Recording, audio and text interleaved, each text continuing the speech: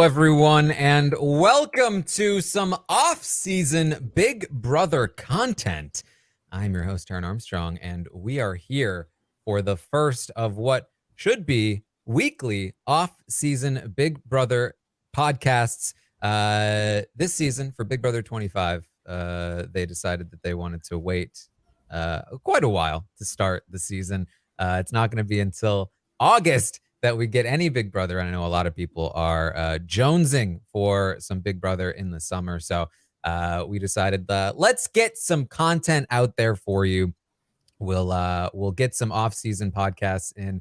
And we were thinking like, okay, what do we have? What do we have for an idea for a podcast we can do in the off-season? A lot of people have been asking for us to do another season ranking, winner ranking, all of these rankings. We've done them lots of times before.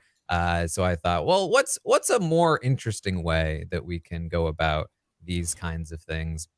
What if, we all love the draft, the season drafts where we draft players, we try to pick the winner. What if we turned a season ranking podcast into a season draft podcast where we are competing to draft the best team of Big Brother seasons that will then face a vote from you, the audience, to decide who has picked the best team of seasons. It's like that meme where you're like, what table would you sit at lunch? Where it's got the table of that's our teams of seasons. That's what we're doing here today. We'll be drafting seasons of Big Brother, talking about our favorites, why we picked certain ones, why we didn't pick other ones. Should be a good time. And with me to do it, I have Aman. Hello, Aman. How you doing? I am fantastic. So excited to be back here with RHAP, producing more and more BB content. Happy Pride Month out here to everyone, really. I'm dressed to the nine for the gays, okay? I'm trying to win this draft for all of the LGBT people out there, okay? He's already campaigning. It's not even about the seasons. It's about campaigning, baby. It's all about the campaign. It's all about the strategy, okay? So I'm here for you guys, the voice of the gays. If Aman doesn't win, is it really Pride Month? I mean, guys. I know, right? Exactly.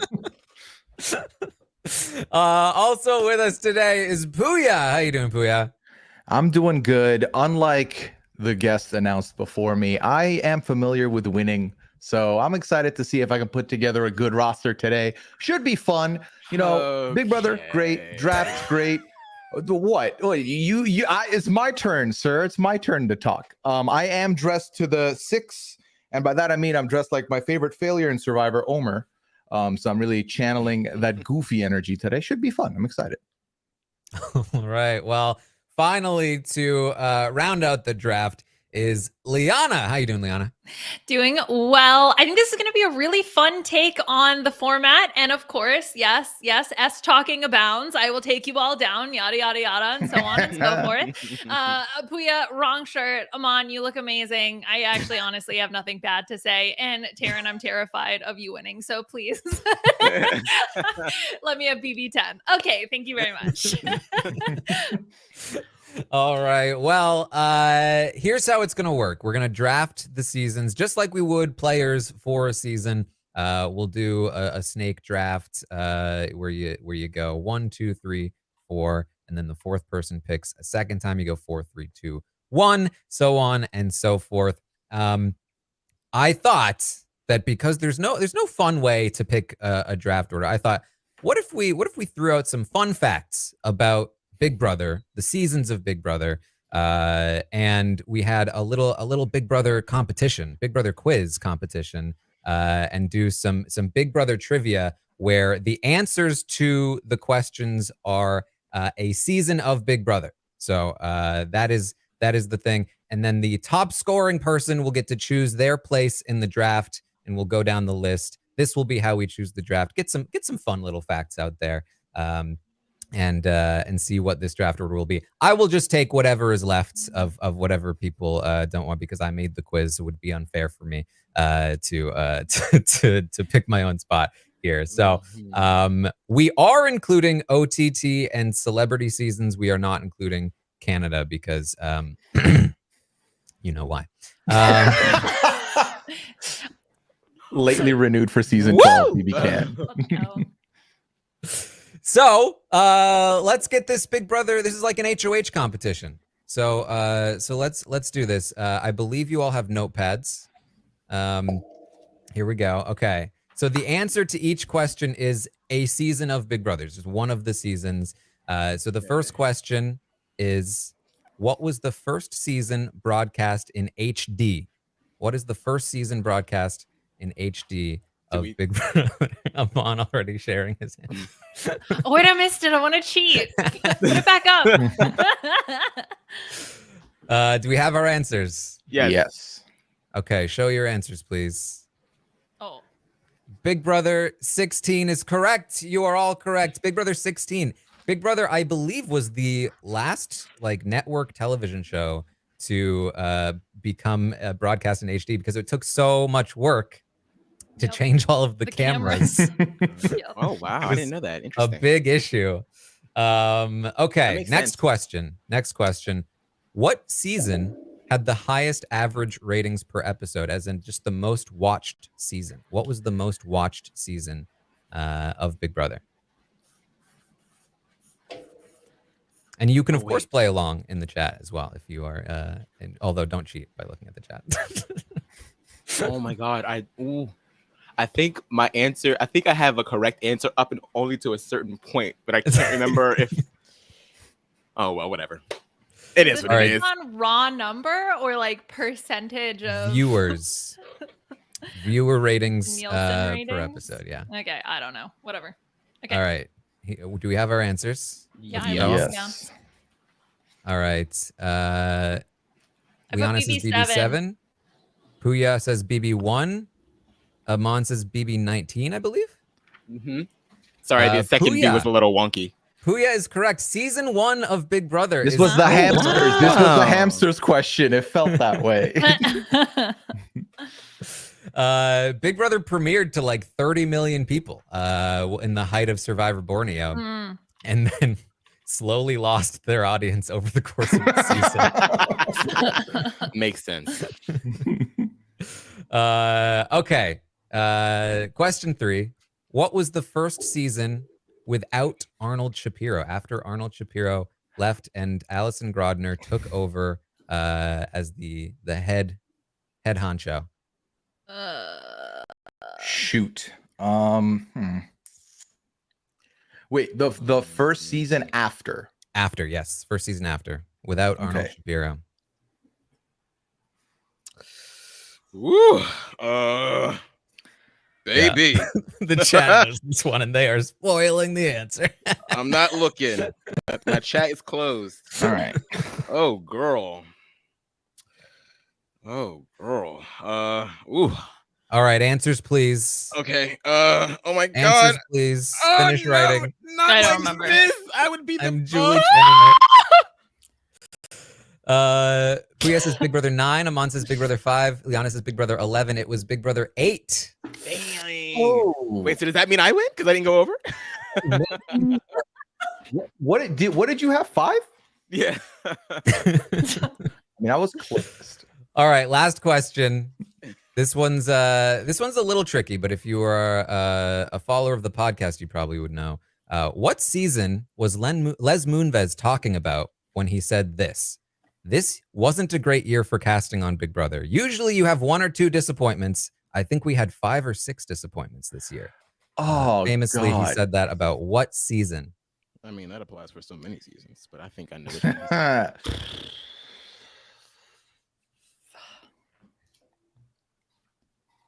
I'm just gonna hope.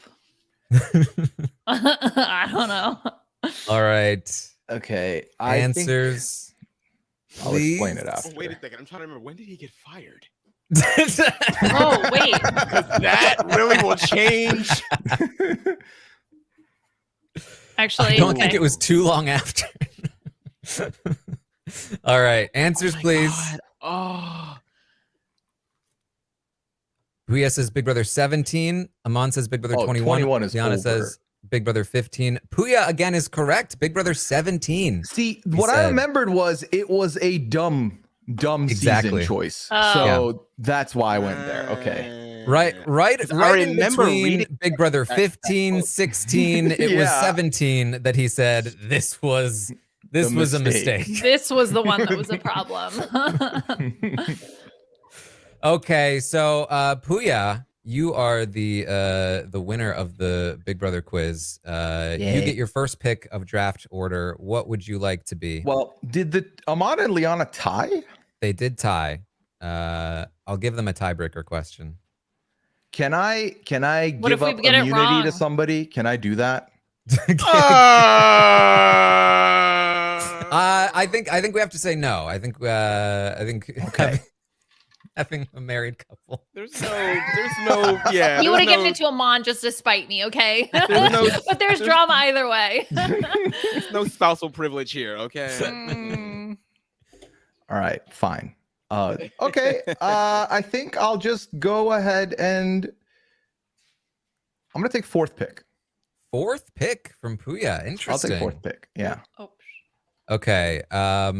Aman and Liana, here's a brief, and you can just tell me which one. What season do you think had the highest average ratings per episode? Second place, second highest rated season. Whoever comes closest will win. I mean, well, I feel like what you said before was like a little bit of a hint, so I would want to say, Big Brother 2.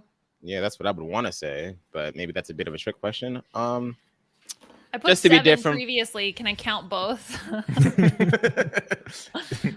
I'll say, yeah, All Stars. That's a good end. I'll just say BB2, just to be different from Liana. And Liana, you said 7. Well, I said You said both. 2? I said 2 and 7. Okay, whichever one Whichever Liana one's doesn't right. choose, I will choose the other one. I don't know. I'll take 2. Sure, why not? Okay, I'll take 7. Okay, Liana's closer. It was season 4, actually. Damn. Oh, Oh, there you go. The X's twist really got people going. Okay, wait. What pick did Pooya? What'd you take? Fourth? I took fourth, so you can pick first. Okay, second, or I'm gonna third. take first. Yes.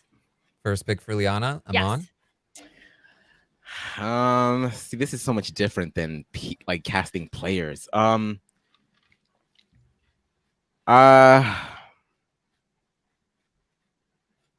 Do I do second or third? I'll do second, just so that I can at least get my second choice. All right, and that means, of course, I am in third. All right, that was a little fun, right? Like we got some trivia out there. Let's get the draft going then. Let's do again, it, baby. how this works, Liana will start. She will pick whatever season she wants to kick off her team, and then we'll just keep moving. So, Liana, Okay. what is the first pick in the draft? I spoiled it already, but I'm going with Big Brother 10. I think far and away this is, for me, the best season of Big Brother. It's got so much to it. I mean, I think about like watching the entire season, it doesn't disappoint, because I think there's a lot of seasons where it's like, oh, I really love the pre-jury, or the post-jury was really fun. But I think like between good strategy, watching Dan his first time around be so incredibly masterful, the fights, Keisha's birthday, Jerry falling in the pool, there's just like moment after moment after moment that I think positively about this season, and that's the reason why I wanted to pick it first. Yep. I mean, everyone knows my opinion on this. I think 10 is the best season. I think this is a great number 1 pick. Luckily, it's not about the individual; it's about the whole team. Mhm. So we have to outdraft Liana around season 10 here, but it's the best season. It's got everything you want. It's got strategy. It's got drama. It's got Mhm. no twists. Big in, a big Praise in. me. Great characters. It's got a great outcome. It's everything you want. Mhm. Yeah, I mean, what else can we say about BB10? Like, it's just such a colorful season. It's just, like you said, it has everything: the drama, the strategy, a good ending, just, intrigue every week, an uprising week 1, a big coup week 1. Like, it just has everything that you Mhm. want in a Big Brother season, and it's what we constantly compare every other single season with. So, yeah, I mean, this was undoubtedly going to be the first choice, no matter who was in the first position, I believe. Yeah. So, And like this draft for me, the way I see it is, you're trying to get the best possible 6 picks to put a box set together to give to someone to watch. Composite. And it's like these 6 selections. And to me, I feel like BB10 is the perfect. Someone's like, what season? I want to get into this show. Give them this season. I feel like it ages well. In as far as the game mechanics go, the strategy goes, it's got good drama. It's funny. Like, it's got everything going for it that you can give that to someone confidently. Feel like, okay, I think the odds of them messaging me back in 3 weeks to be like, hey, what other season should I watch, are a lot higher than if you suggest another season, you might not ever hear back from them. So. Yeah, it's so good that it's like when somebody's like, oh, I want to start with Big Brother, what should I watch? I'm almost hesitant to give it because I'm like, I don't want to start you with the best. It'll only go downhill from here. And yeah, you won't appreciate just how much better it is. Yeah. Because a lot of people start with bad seasons and they're like, I'm still fond of that one because I started with it. Like get that, waste that like noob gain on a bad season. Yeah, exactly. I mean, what season starts with a puppet show? Like it's BB10 is just so iconic. It'll be forever burned in my brain, and I would be remiss if I didn't take it first. All right. Well, Magna Aman, cum laude, baby. Look it up. You are the second pick, Aman. What season would you like to draft as your first? Ooh, so this was so hard for me to put together because I wanted to combine my emotional picks with what I think the audience is going to like, because obviously it is up to you guys who's going to win the draft. So I'm trying to think about all of these things, but still be true to myself and what I like. So I have 2 possible ways to go right now. And I think probably the smarter thing to do is to be a bit Go with your heart, Aman. Go with your heart. You got 2 hearts on your chest. Don't try to get in my head. You have 3 hearts on you right now. Go with them. This is the thing about Big Brother. You can be cutthroat and strategic, but will the jury reward that? Will the audience reward that, or will they think it's lame and not vote for you? Don't try to plant little seeds in the I love how much hesitance you have with the second pick overall. You have everything but season 10 on the board. I do this every time. Don't act surprised. Okay. I am going to go with BB.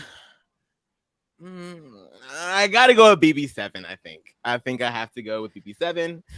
I think the first All Stars is just Battle of the Titans, right? You have so many recurring characters that come back with varying degrees of success, and they have all of these new ways of trying to prove themselves, or vendettas. You have Janelle, you have Danielle, you have James Ryan, you just have all of these people that are coming back to just add to this Big Brother tapestry. And I think it was just I'm one of the people that's jealous that I wasn't a Big Brother fan back when this was airing.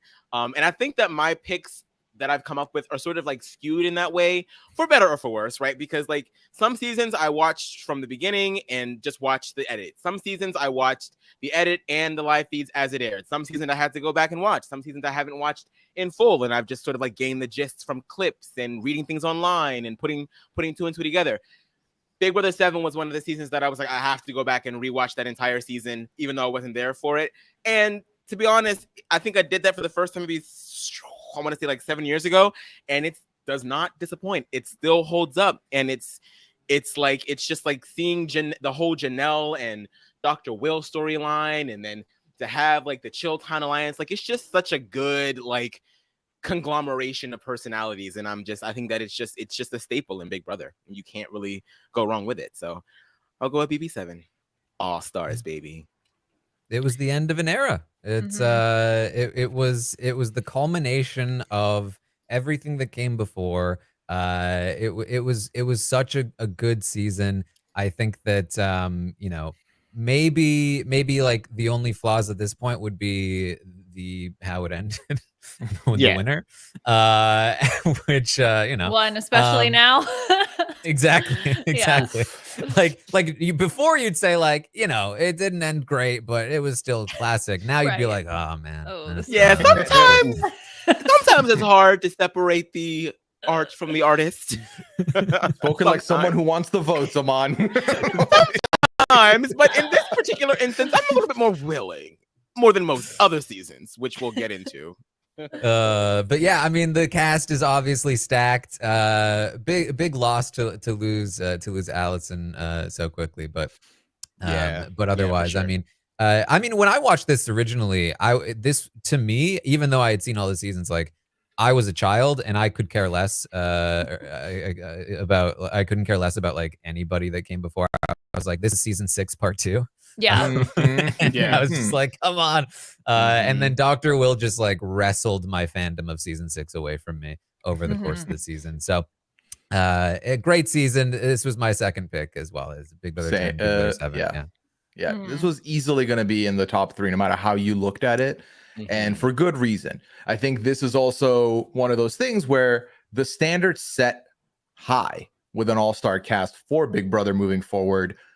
The other Big Brother all-star season might be talked about way later down on this podcast probably, but the standards this is the golden standard. You're aiming for this, you're probably never going to get it to be as good as this. It really worked out well, and it was really a fun watch. I think this is the second season I ever watched was Big Brother 7, which is a mistake because I wasn't fully appreciative of all the lore, but it still brought me in. So yeah, I think I agree with everyone. I think this is a top tier season. I think there's, everybody was an all-star. And also Chicken George was there, but he gave us like fun moments too. So I think that there's really not a lot that you can complain about apart from what we've already mentioned. So Aman, I think this is a super solid pick. Yeah. Thank you. All right. That means that I am going to be the third pick here.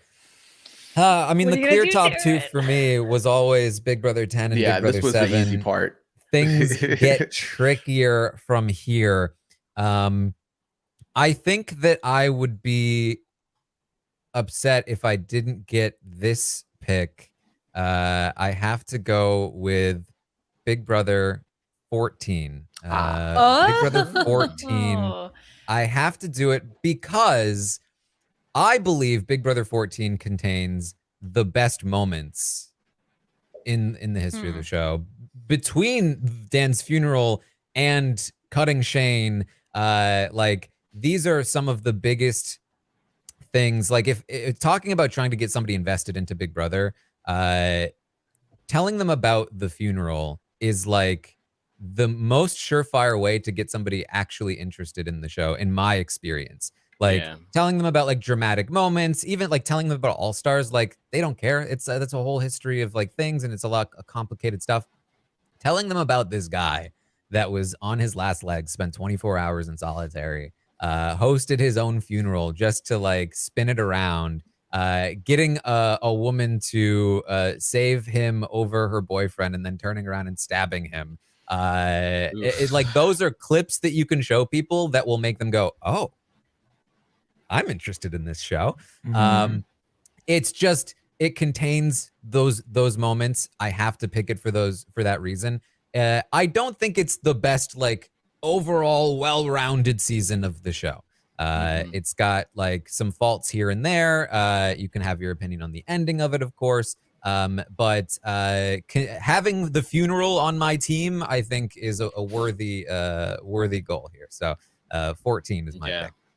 Yeah, I mean that's such an iconic moment. That's like one of the factors that I put in choosing my order is like what do you think of the most when you think about that season? Obviously, with BB10, it's a plethora of things. I think with BB14, yeah, you think about the funeral, you think about Ian's goodbye message to Boogie, you think about the blindsiding of Shane. It's just like so much that like has it going into it, and it's like it can be a little hard to do that with seasons that are mixed. You know what I mean? Like there's like a very wide reception on how mixed casts make the fandom feel, but I think that out of all of them, I think I'd venture to say that BB14 might be the strongest received out of all of them. So yeah, I think that this is a solid pick. And one of the only things that I hate about this season is the way that Brittany Haynes go out. It just still makes me feel so sad. I'm just heartbroken thinking about it. But yeah, I think it's a solid pick. Unexpected. I thought it might have like fallen a little bit lower, but not a bad pick at all. Yeah, I didn't even mention this, but a season that contains Dan, Janelle, and Brittany Haynes is a strong contender regardless. I think like what BB14 is like candy for me. Like it's so tasty. I just want to eat more of it. But when I like think about, okay, in the healthiness of Big Brother seasons, like what do I want for my well-rounded diet? Because that's the thing, like BB14 is so fun, but then I think about some of the things that I don't like about the season. I mean, you know, obviously as we mentioned already, like the mixed nonsense, but that still for me doesn't outweigh the like sweet taste of all of the mess that went down. And like I just have such vivid memories of this season too, with like Frank in his carrot costume. Like that image is like burned into my brain. And there's so many other moments. Ian fighting for that veto when he has to win it, when he's like moving the like stick thing through the like those. And I think that is what carries the season to the top of the list for me, is just what warms my heart and really just sticks with me. And so, oh yeah, BB14 is so fantastic. Yeah. Before I watched BB7, the first season I watched that got me into the show was 14. And I watched it 2 or 3 weeks after the finale had happened. So I watched it basically after it was on the air, and it was so good this is what got me hooked. It has everything. It was funny. It was, you know, there's good gameplay. There's some cringe moments. Shane and Danielle going to meet the gymnast and not knowing anything about anything was very funny to me. Chef Joe, who wasn't even supposed to be on the show, that moment of Chef Joe in the dark talking smack about Dan to Dan is so good and so underrated.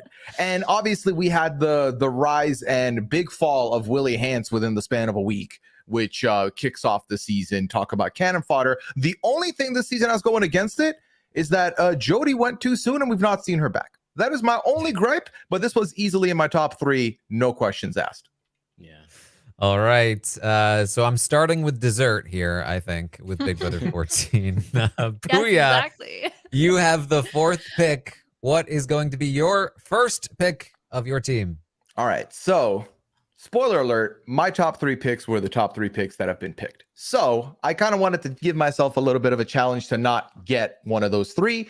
And I'm actually happy with where I ended up landing. The pick I'm taking, I want to go back to single digit days. I think y'all know which single digit. Oh, actually, you might not know because there's quite a few good picks there. I'm going to go with BB6. I really enjoy this season. It has, first of all, split house, already good drama guaranteed, good fights guaranteed. So first of all, love that. Gameplay, there's some good there, there's some bad there. What I personally liked was this twist as well. This is one of my favorite twists, and I wish they would do it again. Secret pairs is very fun for me. I like doing investigative work, so I would love to see this come back again. But also, there was a secret room in this house that you could have to find, pull a lever, love that. Big in on that. And also, the pressure cooker. We love the pressure cooker, audience, right? Look at me. Every year, what do we talk about? All-star speculation in the offseason and bring back pressure cooker. That's just because Big Brother fans want to be hurt. Like, they don't remember what happened with the pressure cooker. But we can change, we can make it change. It's like going back to a bad relationship. We can do better. And for me, Kaser. I get introduced to Kaser here. We get introduced to Janelle here for the first time. And I love it. I'm very much in love with this season. I enjoy this season. This was one of the last seasons I saw on YouTube. Shout out Quirky Dude out there before Quirky Dude disintegrated. So that also has a fun fact for you. Yeah, BB6, a top probably 2, honestly. This would have been my second pick. And I think because what is so beautiful about the split house dynamic in the season is that it's not like, okay, let's just wait and see who wins the competition. Like, you have integration somewhat between the two sides. And there's also like so much emotion, I think, associated with this season of like picking your side and like rooting for your side. And that also just, it just gets me going. Plus a secret room, the new house, like everything is just really wonderful. I think BB6 is, as you mentioned, Taran, like it was the, like, is also what spawned BB7. Like I just feel like those two seasons fit It's a together prequel. so nicely, but like such a good prequel. I love this season. I mean, the talk at the time when Big Brother 7 aired was they did this just so they could bring back Kaser and Janelle and the Sovereign Six. Like, and I bought into that. I was like, Yeah. I don't care. Yeah, I'm in. Mhm. That's it, sure. Bring them back. I think like for a lot of the audience, Big Brother 6 was the first time that they felt so invested in a team of people. And like there were fan favorites before, of course, but I don't think to the level of the Sovereign Six, watching Kaser, watching Janelle. You know, Howie was very popular at the time. I don't know how well he ages, but you know, it's I don't know. Not good. Yeah, I mean, Here's I not feel well. like, I mean, just to like do my little campaign and be a little devil's advocate, I Ooh. feel like, yes, that's like all fine and dandy, but you could also blame this season for that very thing that you just talked about, Taran, and that I feel like BB production has sort of like said, oh my God, it was so successful with the sister seasons of BB6 and BB7. Let's just keep doing it over and over and over again and twist and twist and twist and twist. So in a lot of ways, I feel like this sort of is like the birthplace of twist casting, and it doesn't, and sometimes it lands. Like BB6, BB7, those are great, fantastic seasons. But I think that there is like a little bit of a drawback to it. That being said, there have been seasons before this with twists with relationships and with friends. Yes, and you're telling me this is the birthplace? Stop trying to. I think so, this. because you had 6 people that came, or how many was it? Yeah, 6 people from season 6 that came back all in one damn season. Like, it's like, I just feel like that was sort of like the birthplace of like, oh, we find someone that the audience like treats like candy. Let's just keep giving it to them. And we have plenty of modern seasons where that does not land. But that being said, it is still a fantastic season. Season 6 clearly is like, you know, I mean, you get Janelle, you get Kaser. Y'all know I love that fight between Janelle and Bo. That is like one of the best fights in BB history. And Maggie played such a masterful game. So yeah, not a bad pick at all. All right. Well, let's take a quick look at what we have so far on the board here. Liana picked Big Brother 10, Aman Big Brother 7, I picked Big Brother 14, and Pooya picked Big Brother 6. That is where we are at so far. Pooya has the next pick. Pooya, who are you picking for your second team or second season? This is the more tough one because there's a couple directions I can go here. And then I feel like after this, I'm not going to have those directions be available because they'll be gone. But we've picked one from single digits. We picked one from the 10s. It's time to pick one from the 20s. And I think I'm going to go with BB20 for my pick here. Again, split house. I'm clearly a sucker for split houses. I think this one also a little bit because of because I had joined RHAP, right? We competed, and so you think that was during OTT. Then we had 19 as our first assignment. Yikes. 20 was a fun time for me. So I did enjoy that. Watching Level 6 and Faute go head to head was hilarious, especially with Faute continuing the Faute themselves. The night that Caitlyn biffs the puzzle and Rob goes live with the blanket around him, talking about the darkest timeline. Like, I remember these moments so vividly. And my mind, I've said this on stream before, I've said this on podcast, but I tend to lose a lot of memory with these seasons because of how much of it we're covering, how many different shows we're watching at the same time. But anytime I think of moments from this, it's for the most part the good parts. Some of the casting choices here I quite enjoyed. Some of them I'm sick of at this point because they keep going back to the challenge and doing mess over there. But in the moment, I enjoyed myself some 20. There were some twists I liked in here, some twists I didn't like in here. They did a little too much, but also how weird was that robot in the first week? That was strange, right? That was an odd time in our lives. That is a thing that actively happened on the show. So yeah, I think 20. I'll take 20. Yeah, I mean, 20 is a top tier season in the first half. My issue with it is that it falls off so hard. The last third is dull. Yes, agreed. Yeah, it just it like competitively, like the same people keep winning the comps over and over. It just becomes a steamroll, and then even the ending is kind of lackluster. Maybe not if you liked it, but I think that it doesn't really play out in a very interesting way. In the moment, it felt very dull. I think even on a rewatch, it feels like, okay, this is where nothing else happens for the rest of the season. But that's the thing. I feel like the pre-jury itself was so strong with the blind sides, the True. what's wrong with Angela, my daughter's birthday, the daughter's birthday. Like the Thursday night shows were great. And I feel like, you know, we've got some seasons where the Thursday night shows are just, well, we already knew what's going to happen. So let's sit through it. The Thursday night shows were hitting. I think that's the thing is when I start to put together like my pros and cons, all the pros are really from the beginning part of the season, as we mentioned. And it starts so strong. Summer of Steve, 2018. Like, here we go, people. Bessie Fitness. Like, we made a meal out of that on the B&B. And like, that was so fun. And yes, oh my God, Sam's the robot. I also had the BB App Store with like Tyler and his power. And he was so proud of his little cloud app. And like, all of that was super wild. I think because it ends poorly, that makes me rate it a little bit lower than if it had like started not so good, but had ended really strong. Does that make sense? Because it kind of like peters out some of the momentum. But I still think that there are a ton of memorable moments from this season. Anal lice. Oh my God. I think about that all the time. That was the gasping breaths of the season. That was the hacker death twist final really good moment. skewered Yeah. the season. Oh, yeah, the hacker twist really took the wind out of the sails there. I mean, I feel like looking back on it, because it's been a couple of years now. Looking back on it, I'm definitely not as low on the latter half of the season as I might have been in the moment. It definitely does sort of like fall off, and then the pacing of it is just like, okay, let's just get to the end. We know it's going to be Tyler in the end. Casey's going to be in the end. Maybe Angela. Like we knew what was going to happen. And we were just all praying that, well, at least I was praying that Tyler would take it all.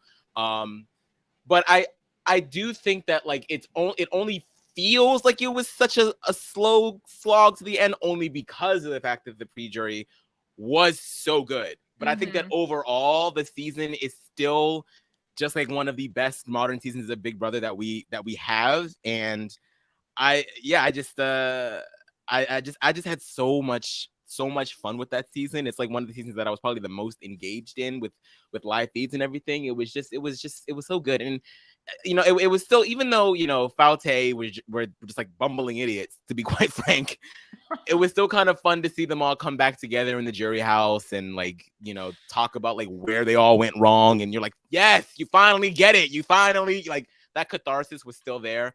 And then well, I won't say well, never mind. But it was a good season. So I think it's definitely, yes, who flipped. I will never forget that tweet. It was like, I don't know who tweeted it. But it made me laugh. It makes me laugh to no end, where they were like, it'll be like, oh, Julie's like, Fessy, you are the winner of Big Brother. And he's like, who flipped? Like, it's just so good.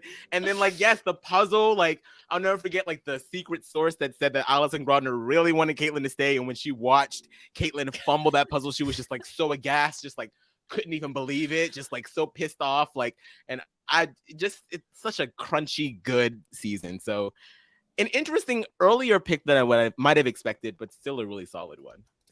Yeah, I mean, it's definitely in my top sort of group, but toward the bottom of it. Okay, I have the next pick here. And I have a couple that I really want, but I definitely have to grab this one because it's such a classic, one of my favorite seasons, Big Brother 3. Big Brother 3. Okay. Danielle and Jason, the Secret Alliance, the original Secret Alliance. It's such a good season. I think it's the like older season that holds up the best, in my opinion, because there's so much to it between like the big like mega alliance that forms and how they sort of cannibalize themselves with the prodding of Danielle and Jason, picking them off from both sides, the sort of like luring Lisa to like the dark side, and like just everything that Danielle does. This is like, Danielle is one of my favorite people to come from Big Brother ever. And this is like the season that she gets like by far the most highlight. Season 7, unfortunately, being a bit disappointing in that regard.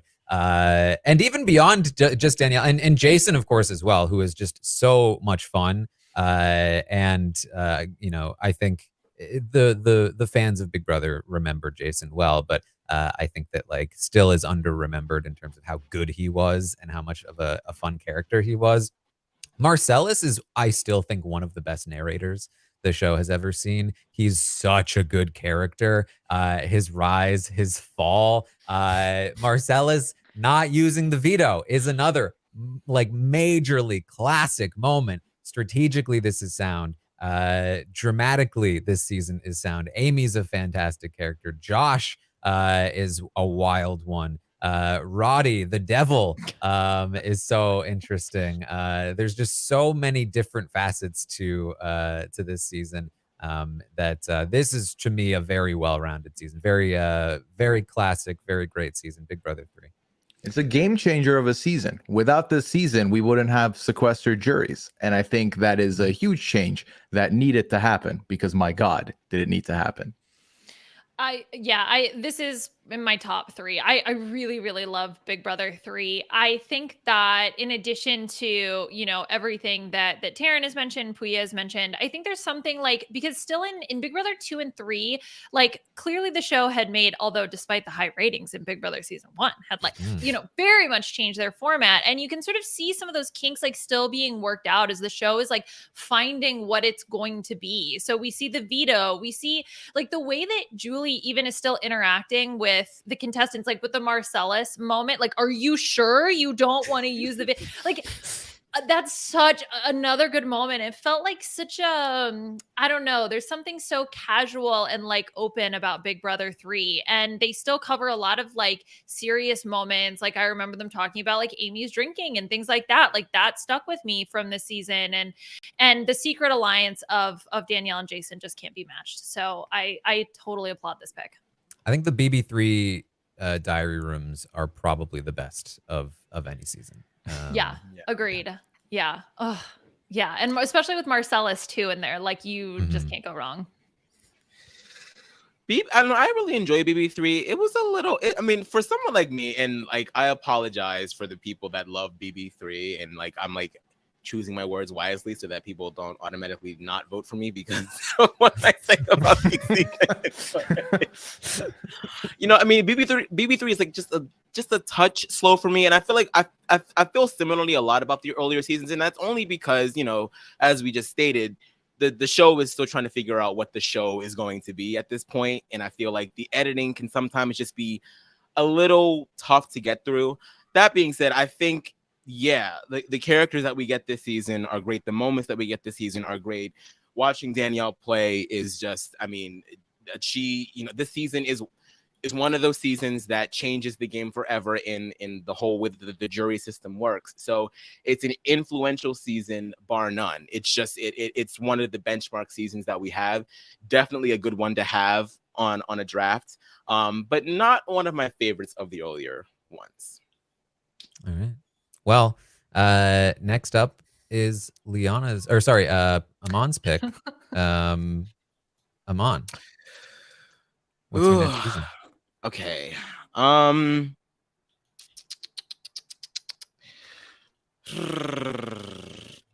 am going to go ahead and grab, because I feel like it might not come back to me.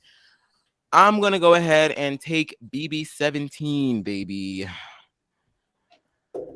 Big Brother 17. Classically disappointing cast. Yeah. Yes, as we all know. Yeah, so BB17, it's definitely a wild ride. It has its moments, and personally speaking, it has my favorite Big Brother player of all time. Even though she's not the greatest, she's still my favorite. Y'all know I love me some Miss Devon, Diane, Rogers. And then, you know, you can't talk about BB17 without talking about Vanessa Russo, arguably one of the best players to never win. It was just such a ride to see her just navigate this season in like the whirlwind that she is, and to escape that back door that season, I remember rooting so hard against her all season long. And then at the end, it was like the biggest shift in my mind. Like at the end, to see her go out the way that she did, I was pissed and I couldn't understand why I went so hard against her the entire season, and then was pissed that she went out the way that she did. But Steve did what he had to do. Austin getting evicted with no shoes. Like, come on. It doesn't get any better than that. Just all of, and then you have like the Shelly and Clay alliance that was just like spearheading the beginning of the season. There was just so many dynamics that play with this season that I feel like I often sometimes forget about it. And then when I sit down and actually examine it, I'm like, BB17 was actually really solid. Like the twins, they're okay. But overall, this season is great. It's a good season. First season with Davon too. So I think like, especially you pick like returning players from the cast, either who did return or who should return. And I think that BB17 actually has like a decent number of people. I think BB17 also has probably one of my favorite speeches of all time with the "Victims Aren't We All." That was just, that moment is also just like emblazoned in my mind. The fact that the editors like put a choo-choo sound of a train every time Becky was on, like there's all those little moments that I remember of that season, which is why I will always think of BB17 fondly. On top of the fact that this was one of my favorite moderns, and if I hadn't gone 20, I think I would have gone 17 here. The podcast during that time were gold. The night when Rob declared Johnny Mac and Steve as idiots on the podcast, still remembered. This was, again, I think the cast here was great. A lot of fun was had here. We've had 3 returnees from the show. One of them, I think his stock went down after. One of them was on a show that was all online. Vanessa, I feel like a lot of people want to see come back and play again. Johnny Mac was unlike anyone I had ever seen before on the show and was absolutely hilarious. They added a lot to this, right? Because also this is the failed twist of the season, the takeover that lasted a whole 2 weeks and was basically a vessel to shove in 2 people from The Amazing Race, Large Jeff, as Jordan Parhar would call him, and Jackie. And what part of Rado? Jace went out first, and what part of Rado is still a meme I use with Liana all the time. Yeah. Oh man, and great season. The Battle of the Block was also there. Oh, I forgot about that. But that's the thing, though, is like, first of all, thankfully it only lasted 4 evictions. So it's not like it was there for all that long. But also that's not one of the first things I think of when I think of BB17. And I think that speaks to how strong the season was, that like despite this bad twist at the beginning of the season, it still is able to, be a really good season. Was this the season where Julie said fan favorite twist Battle of the Block is back? Was that this season? Yep. Yes. The meme content was on a different level on 17. It was a good time. It's just a strong season all the way through. Vanessa overturning the power structure at the beginning of the game, and then sort of like her social game kind of getting in her own way, causing her to not be able to steamroll for the rest of the season. So constantly having to like struggle and like get out of situations, but always finding a way is so fun. Steve's journey from I love you to bye Vanessa, like and the way that he played the game. There's just so many great moments, so many great characters. There's nothing really bad to say about season 17. I think I think it's just so solid all the way around. I mean, unless you don't like the Oz twins, in which case that this would be very terrible, but yeah. All right. Liana, you now have your second pick. Okay, yes. I'm actually a little surprised this fell this far. So I'm very excited to take Big Brother 2. Big Brother 2. I think there's something to be said about, and again, I am going to consider this the OG season of Big Brother, because this is like the actual game that we saw. Yes, it didn't have, the power of veto, but we still got to see like it feels absolutely necessary for the progression of the show. And I think having Dr. Will as our first winner really set the stage for what Big Brother was to become. Because I feel like in the same way that Richard Hatch won Survivor in Borneo, like that was necessary for setting the tone of the show. I feel like Dr. Will winning here also like set the tone of the show. Yeah, the competitions weren't that great. Yeah, they were throwing CDs into like a plastic bin that Still was my favorite floating in the competition. pool. Of course, Don't knock it. iconic. But like, despite those moments, I think there's something so raw and so real about BB2. Them like hearing about 9/11 in the house, like that was such a wow moment. And to see that play out on television, I think that that's why I have to pick BB2 here. Yeah. Yeah. I mean, Big Brother 2 has consistently been one of my top seasons. The only reason I wasn't as high on it in terms of drafting it is that for me, unlike season 3, it doesn't hold up as well on a rewatch. It's just a little slower. The strategic sort of element is not as well defined. People are kind of stumbling through the game a lot. And it's just not as like fun to watch now, but like historically I appreciate it so much that it's still up there for me. Yeah, I mean it's the story of Dr. Will, really. And if you're a Dr. Will fan, then you are by and large a season 2 fan.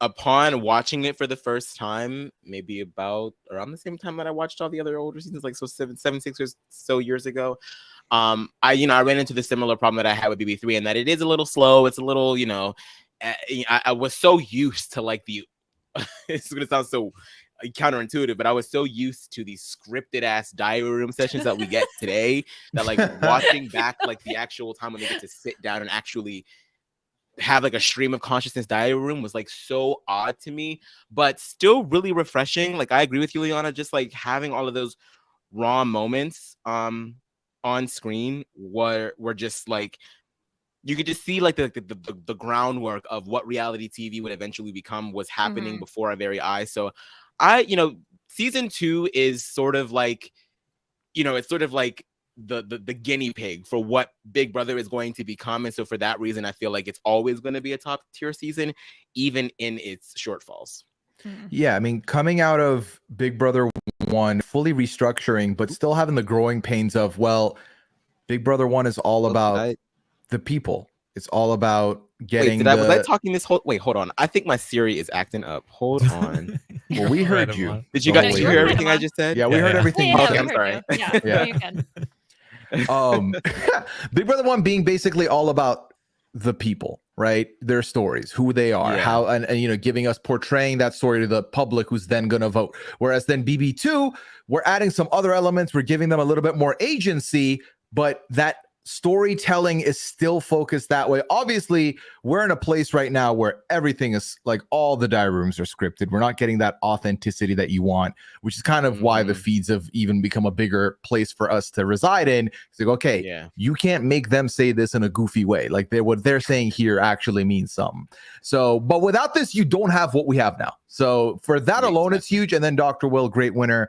It is not lost on me that Liana has a Dan season and a Dr. Will season on her roster. Eagle eye over here. There you go. All right. Well, Liana. Oh, let's check in with the board here. So far, we have Liana with season 10 and season 2, Aman with season 7 and 17. I have season 14 and season 3, and Pooya has season 6 and season 20. I feel like there are some parallels here to some degree. I think 6 and 20 were kind of compared a lot. 10 and 2 with Dan and Will. The 7s. 14 and 3. Yeah. So I don't know. I think 14 and 3. Exactly the same. All right. So Liana, you're gonna have the next pick. Which season are you drafting for your third pick? This is really, really tough. I'm essentially between 4 seasons that I'm trying to decide between. I think. Okay, I'm going through oh my God. Okay, you know what? I'm just gonna go with my gut. I'm gonna pick this season because I think I had personally a really good time watching it. I know that it was for some a really tough season to get through, but I think that in the history of Big Brother, I think it means so much. I'm going to pick Big Brother 23. Big Brother 23. Yes. And I think that for me, like it starts. So, first of all, you have the cookout, which is like such a dominating alliance, but also with so many like quibbles in between. And there was so much intrigue, even though, like, yes, you can look at it on paper and think like this is a steamroll to the end. But watching it and watching the feeds and like living through this season, it was so much turmoil at the same time. And I can't let this one drop any further. I gotta pick BB23. Yeah. I apologize for the photo if you're watching the video. I don't think they took cast photos for the season because COVID. This was the most representative photo. I mean, you can't go wrong with this. I mean, yeah, it's representative. Like, just put like a little Frenchie there in the background, and then, like, got the whole season. This was next on my list as well. Honestly, I enjoyed this season. I know that there were people that didn't like it. I think the worst part of the season for me was just having to deal with the nonsense comments of people just not understanding day in and day out as a podcaster. That was the toughest thing. Outside of that, I personally enjoyed it. I loved the pre-jury boots because I didn't like any of them really. So it was kind of like the best possible boot order for me. I really liked that. The Frenchie HOH was such a mess. And then watching these 6 players come together and, you know, lock it down, play the game. I still remember, I was talking about this with Liana earlier. When we were sitting there watching the double eviction and they locked in the 6 of them making it past that double eviction, it was such an incredible moment. I love that moment so much. And for me, I enjoyed the season. So I had no problems with it. I really enjoyed this cast. So yeah, good times all around. Yes, I'm remembering now. They did take a cast photo. It's just I couldn't find one that wasn't garbage quality. That was super. Oh, the 480p. Yes, exactly. But yes, I mean, this is a huge season for a lot of reasons, obviously. But I do think there are still fun moments in it, like Frenchie's HOH week. I think the like letting Claire down moment. Oh wow, was yeah, massive. Yeah. And you know, the first season to get all 6 members of an alliance to the end together, the most dominant alliance in the history of the show. There's a lot of historical importance to this season. I do think it may suffer in terms of like entertaining you all the way through a whole lot. Like, I think it's one of those seasons that's like better the first time around because like you're appreciating it in the moment. You appreciate that it exists. How many times you're going to go back and rewatch it, I'm not sure. But there are those moments, and I do think that it's not a season like, even though I love Big Brother 20, like if I were to rewatch Big Brother 20, I'd probably stop after the first 2/3 because I wouldn't bother with the rest. Whereas I would actually finish the season 20. I would go and watch the final 4 eviction because my jaw was on the floor that night. Uncomfortable, but knowing that everything worked out fine, I can watch it now. But in the moment, it was just, I didn't know what to do with my hands. I felt so uncomfortable. And I remember watching Taran's reaction after the fact and be like, oh yeah, Taran is not living for this either. So it was a lot.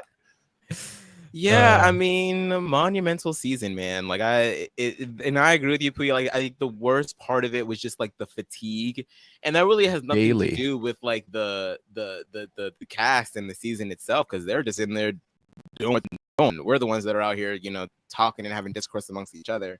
But I think I personally, I think that there were a lot of people that were sort of bogged down by the brigade and cookout comparisons. I don't personally love the debate, only because there's only really one true answer as to who is the best and most successful alliance in Big Brother history. I mean, it's not really a competition.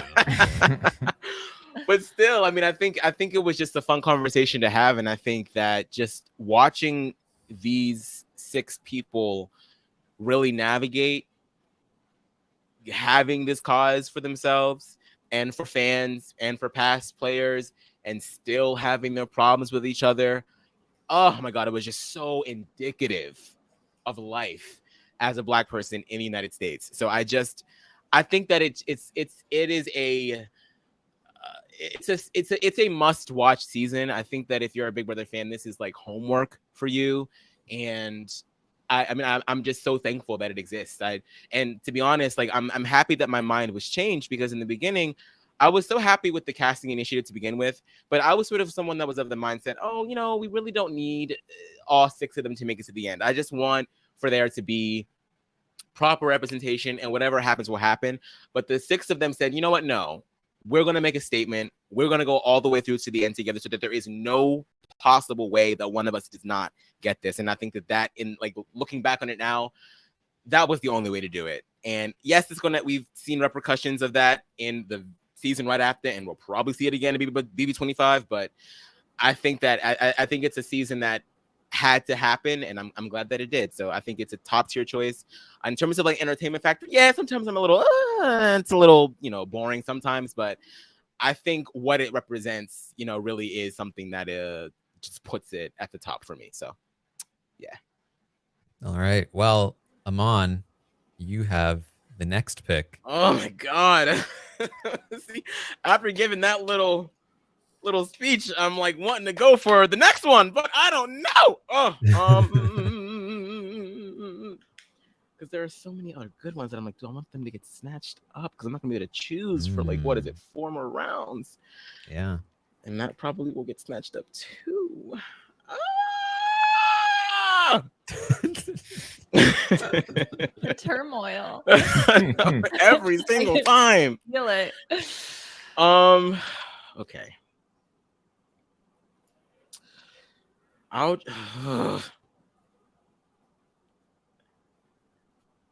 Okay, yeah. I can't. I have to have this one. I can't let it pass. I have to go BB24. I have to. Yeah. That's the right call. I can't let it pass. This season, man. Oh.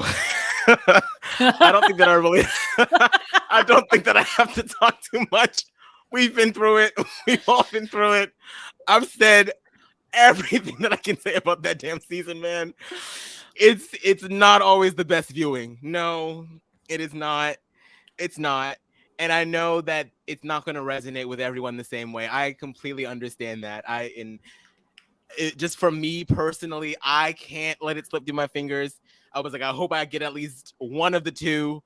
And if there's one that I wanted first, it was definitely this one, only because of the freaking journey that Taylor Hill went through.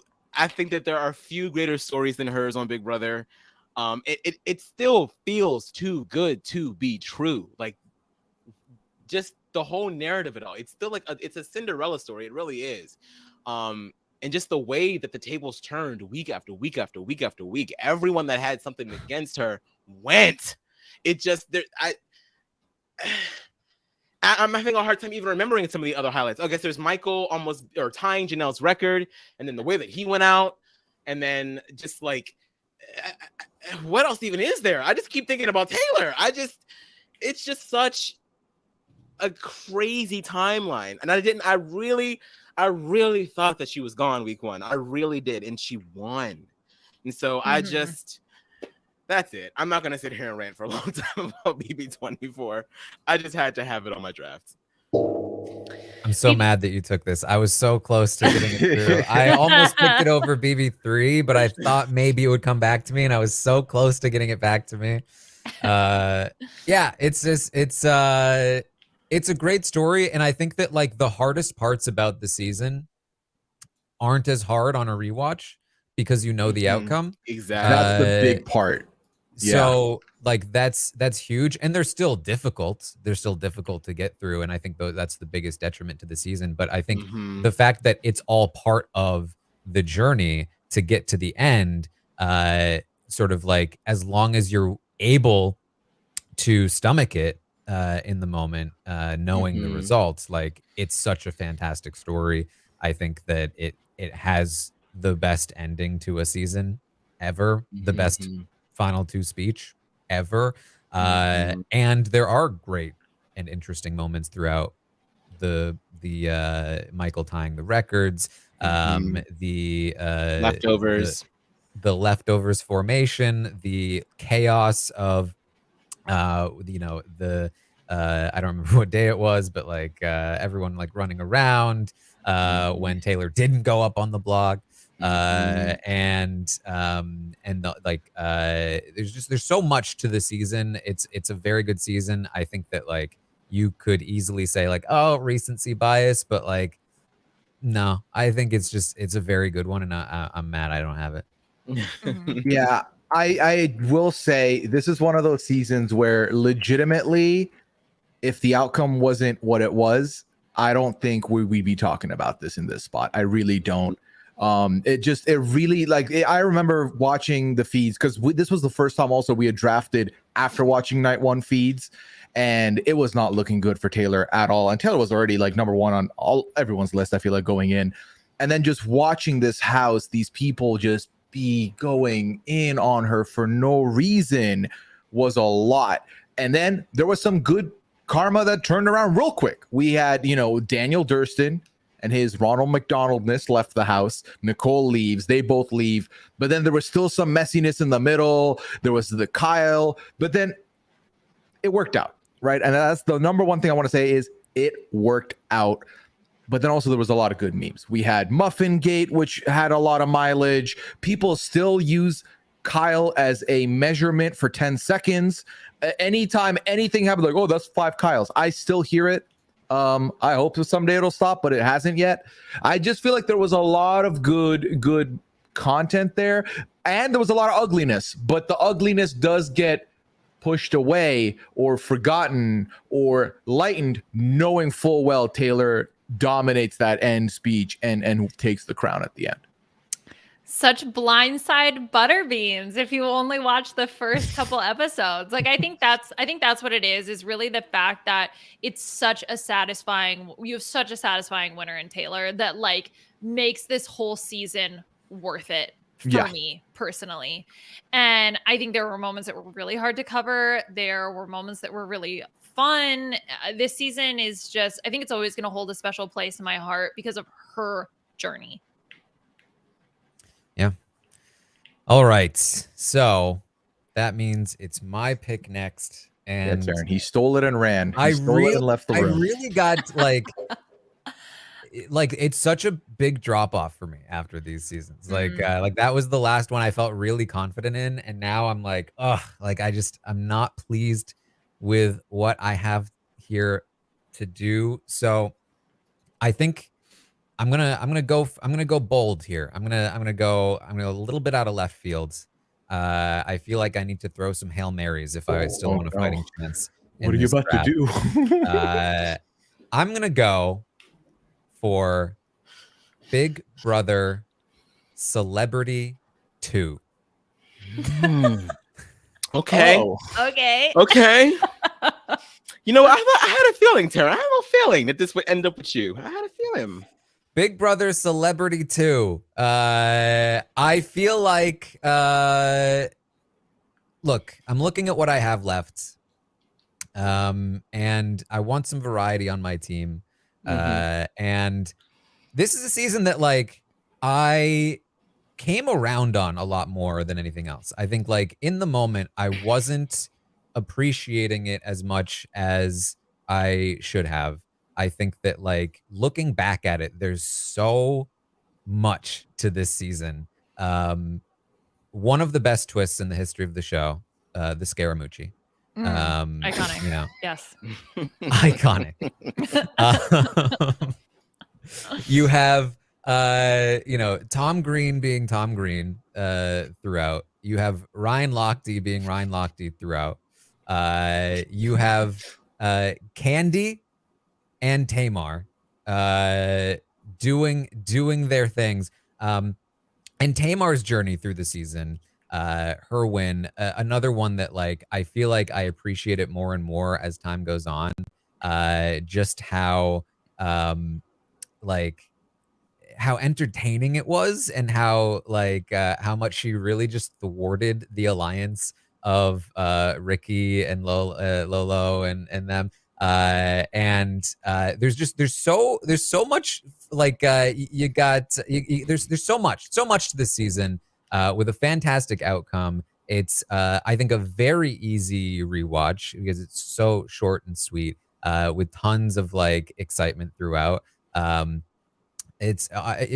even Dina Lohan and her catfish, like there's a lot going on in this season that's very fun. I think that I want some chaotic energy on my team. So this is the season for it. Yeah, I think it's a good pick. I think I agree. I don't think I had like as much fun with this season at the time as much as I did with Big Brother Celebrity 1. Only because I guess like with the second season a little bit of like the warranty had worn off just a touch, and I think that we were just like sort of like going through a time around this time as well that was sort of just like very tumultuous. But I think the ending is fantastic, and just the sort of like, if there is a Coven alliance in the BB Celeb world, it's definitely the Lolo, Tamar, Eva Marie alliance.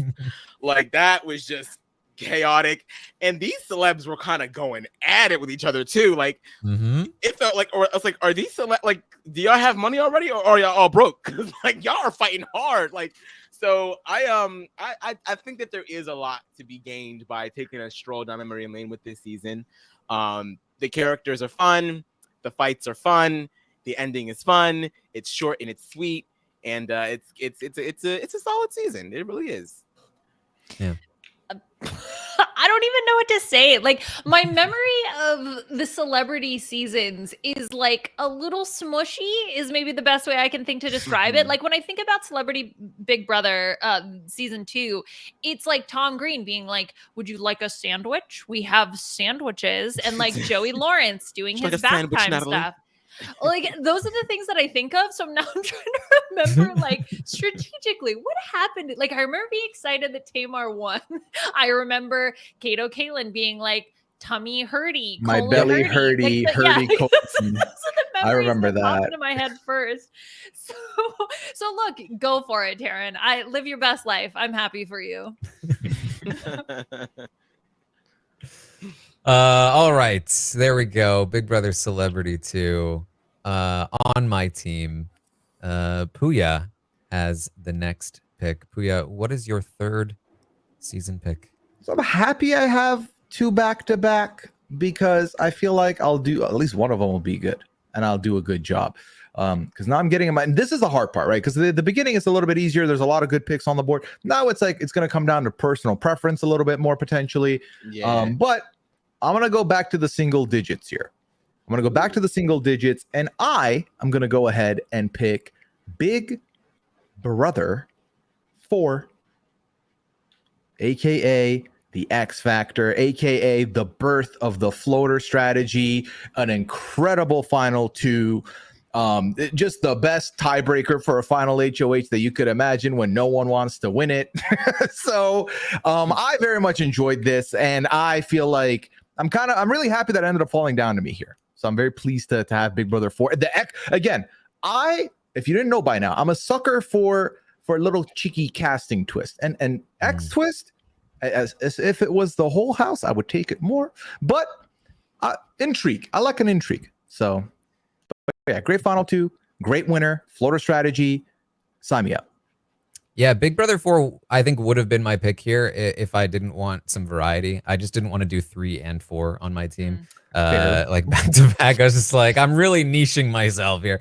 But yeah, I mean, Big Brother 4 is great. I mean, definitely a season that does not age well in terms of some of the things that are said and done on the season. But strategically, it's very fun. The characters are very entertaining. There's a lot of drama and strategy. A great winner. It's a lot of what you would want from a season, I think, is here. Mm-hmm. I love Allison and June. I think it's such a good final two. I think even like that, the final HOH competition is also one of those moments that's like forever ingrained in my brain. And I think especially like Allison in particular, I mean, she was maybe not the biggest, you know, at the time in terms of support, but like for me to see her like the just like to use her sexuality and the cutthroatedness that came with it was so empowering to watch. And I think that's one of the reasons why BB4 is a season that I look back on fondly. I totally see, you know, Taran, a lot of the, I mean, frankly, racist comments, a lot of the misogyny and sexism comments that were made as well. I mean, that's a part of our history and unfortunately is on display here. But I think the power of the two women just makes my heart sing. Yeah, so this is one of those seasons where like I've never actually sat down and watched all the way through. I've sort of like gleaned like the most important moments from it and like read recaps and synopses. What's the synopses? Whatever that word is. Synopsi. So between like what some of like the major points were, and I've watched a couple of episodes offhand, and so like I sort of matched a lot of the opinions that are most popular with this season in with the final two of it all, in the Allison of it all, in the June song of it all. So I think it's definitely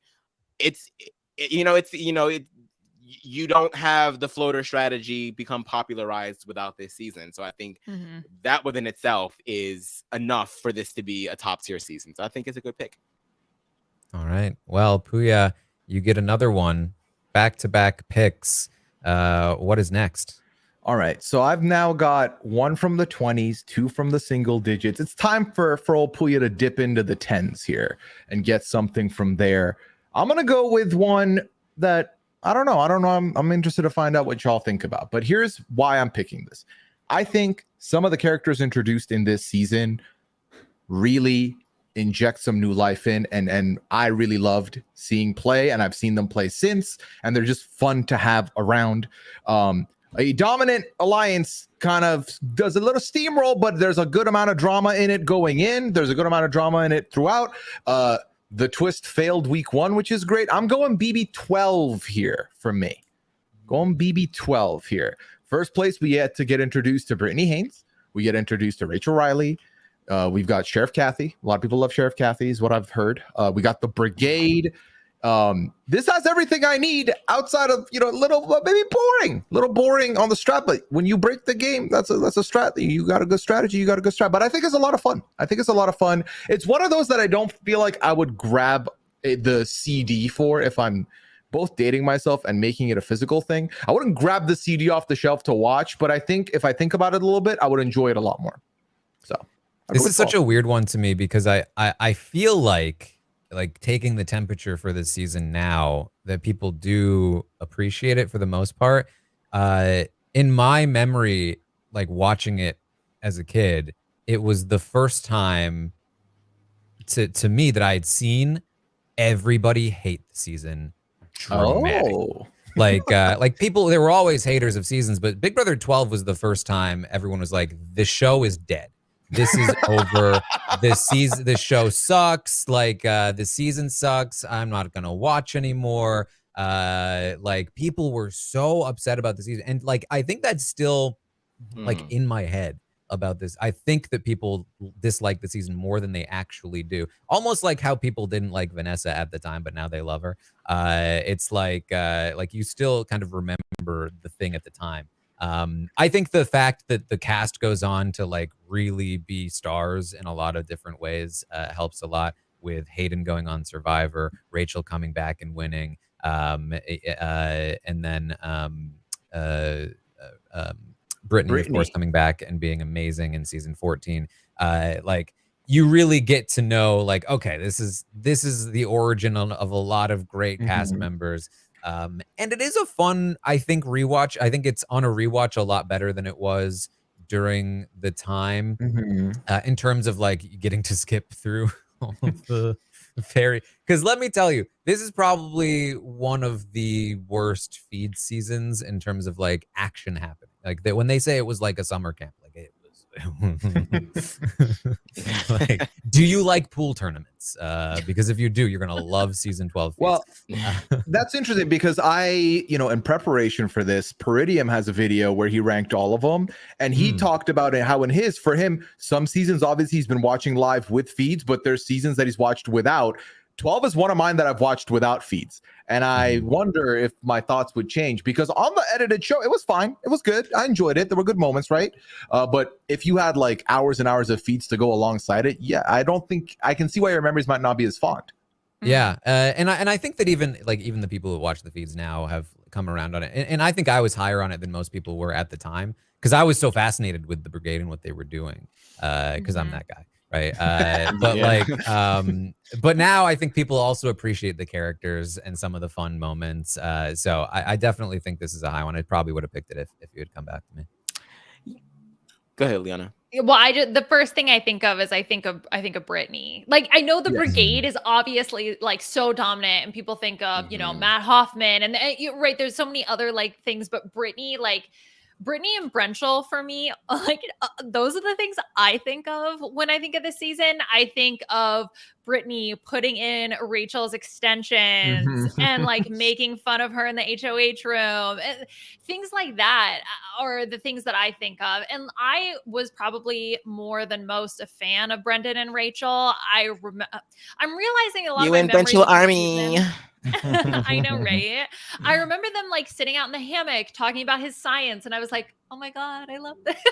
He was doing like atomic force microscopy, and I was like, I can totally get behind this show, man. So so that I think also helped with me when it came to watching this season. And also the fact the saboteur twist, about as powerful as the Scaramucci twist, I think that was definitely very helpful. Yeah. And I really liked the meow meow. I was a big fan of Enzo watching this for the first time. And then obviously when it came back to All Stars, I was like, hey, they brought Enzo back? Cool, let's see how that goes. And then it didn't hit the same. But I think at the time I enjoyed him. And I think 12 would have been, because here's what I did, y'all. If you want to see them inside my mind, I watched 14, first season I ever watched. Then I watched 7. Then I went back and watched 13, then 12. Then I went backwards after that for whatever reason. So this was the 4th season I had seen. All right. Yeah, I liked BB12 for the most part. I don't remember being as annoyed with the brigade in the edit, because I wasn't watching feeds at this time. I don't remember being as annoyed watching the season with the brigade, sort of control everything. I was more concerned with the characters. I do, however, remember like getting towards the end and being like, oh my God, like, is Hayden gonna win? Like, I'm bored now. Like, and I just wanted Brittany to like overcome. So that was sort of like what really made me mad towards the end. But I think that what BB12 really has going for it is the characters. Rachel, Brendan, almost everyone in the brigade, maybe with the exception of Lane, Brittany, Monet, or not even Monet, but more so Kathy. Like, it's just there's just so much going on with everyone involved that I think that it's a solid like character season for Big Brother. So yeah. All right. Well, I have the next pick here, my 4th season pick. I think is one I'm kind of surprised it's still there. I think I have to pick it at this Another point. Hail Mary, Taran? Not a Hail Mary. This is back to the regular list. Okay. There are some flaws to this season, some pretty significant flaws, but man, is it an entertaining season, both dramatically and strategically. It's Big Brother 8. Yeah. The season of America's Player. I mean, this is it was hard to follow up All Stars, but it did. It was a successful season. People were very invested. That Evil Dick was very popular at the time. And Eric's sort of like manipulation through the season, playing the game with both arms tied behind his back and still doing so well. It's the kind of thing that was like, it's super unfair what happened to Eric, but they stumbled upon a formula that made for a really fantastic season, because putting a player of that caliber into a game and like tying both hands behind his back, forced him to do really entertaining stuff constantly to stay afloat. In sort of the same way that like it was sort of similar in that vein to season 14, where like Dan coming in as a winner, as a coach coming into the game in a weird way, was like playing from behind the whole time, and then the competition outcomes forcing him. It was the same sort of thing here with Eric, and it was very fun to watch him. And on top of that, you have some great characters. You have really great fights and drama, between I think at this point, if you're not a Jensen member, what are you doing with your life? There's the way that like the banner plane flies over and outs Eric for betraying Evil Dick and Danielle for taking out Nick in a sneaky way, and you have the rise of Danielle Donato, of course later become Danielle Briones, and you had at the time they called her Wamber, but Amber was a really interesting character. Even this like beginning arc with Kale and her like little alliance of dudes was weird and interesting. The like Mrs. Robinson Alliance or whatever they called it. And Jamaica, who's like really fun and ends up having to like not compete in an HOH for like weeks at a time, was like really strange. But I remember Jamaica as somebody who like really did not get a fair shake in Big Brother 8, and Big Brother 8 being a time where like she really fought to advocate for herself as a Black woman on this season, and was shot down, and like that's like nasty to watch. But I look back at her with like, oh my God, she was so strong for standing in the face of like Evil Dick, who was like shouting her down at the time, and like an audience that did not understand her message. Like there's a lot of interesting stuff to this season. I think that the ultimate outcome is kind of like not the best, but it's a very interesting and entertaining season. That's what I think about a lot with this season, is just like the just the fight between the two of them, and she's like clapping as she does, and he starts mocking her, and she's like, yeah, that's to keep from hitting you, please believe it. Like I'm just like, whoa, baby. I felt the frustration, I felt the anger, and just her diagram about like not like this is her first time being away from home and being around a bunch of white people. It was just like stuff like that. Like Liana alluded to it before, like it's a part of our history, it's a part of like how we as a society move and progress. And I just think that her little snapshot and her experiences on Big Brother are a little stepping stone as to what brought about a lot of the changes that we see now. I mean, the story of Dick and Danielle is, it's one of the best, I think, in Big Brother history.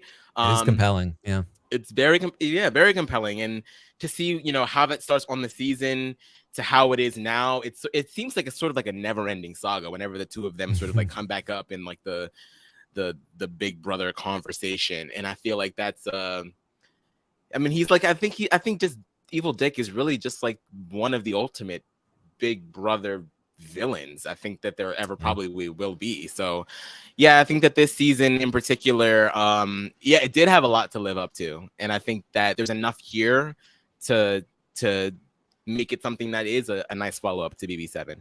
Yeah, and I did forget to bring up, they're mentioning in the chat, Dustin's blindside. Phenomenal. Oh yeah, top moment in the history of the show, with the crown and the robe. I am here to flush you down the toilet, Dick. Yeah, this is a good one. I just like, okay, I love BB8, but then when I really start to think about it, and I think about the impact of America's Player, right? This isn't just 1 week. Like Dan, this isn't a couple of random, Team America from BB16, kind of twists. This is like something that consistently and heavily impacted the game throughout the entire season. Like it starts so silly of like, oh, he's got to like make up a story. And then it's like, you got to vote for who we tell you to vote for, and you don't have a choice. And I just feel like that level of control that America had during the season puts such an asterisk on the season, despite the fact that you have something that's so entertaining. You have such an interesting father-daughter story throughout the whole thing that persists because of America, but you get to see it play out. And so I almost like, it's such high highs and such low lows because of the tainting of the twist, but also then to see Eric do it, like, oh, maybe that is a positive thing. I think it's a season I'm most torn on, which is why I probably didn't pick it higher. I think they picked the right person to do it because Eric really put his back into anything they threw his way to try and fit it into his own narrative and like fit it into his gameplay, which was incredible. But also I do feel like if they'd removed just one thing, and that was Eric doesn't have to vote how America says to vote, I still think this season would have been fun, and it would have been maybe a little higher, plenty more higher potentially than this. But again, we're talking about putting together a box set. You give this season to someone, they watch episode 1, no one's thinking, all right, the father and daughter who have not seen each other in a couple of years and she's in tears seeing him, they're going to be in the final 2 and he's going to win. No one's going to think that. So it will be a fun journey for them for sure. Yeah, I feel like my team is doing well on watchability, at least so far. All right, Aman, you have the next pick. Whew. Okay. Oh my God, there's still quite a few good ones that are left. What are you gonna do, Aman? Do you want to go at your heart this time, or do you want to go for the controversy? Ooh.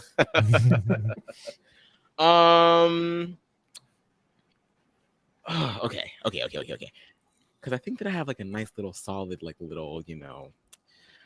that I have a nice little solid spread right now. Maybe I do need to go for a little bit of danger right now. Danger. Hail Mary. Yeah, do it. Okay.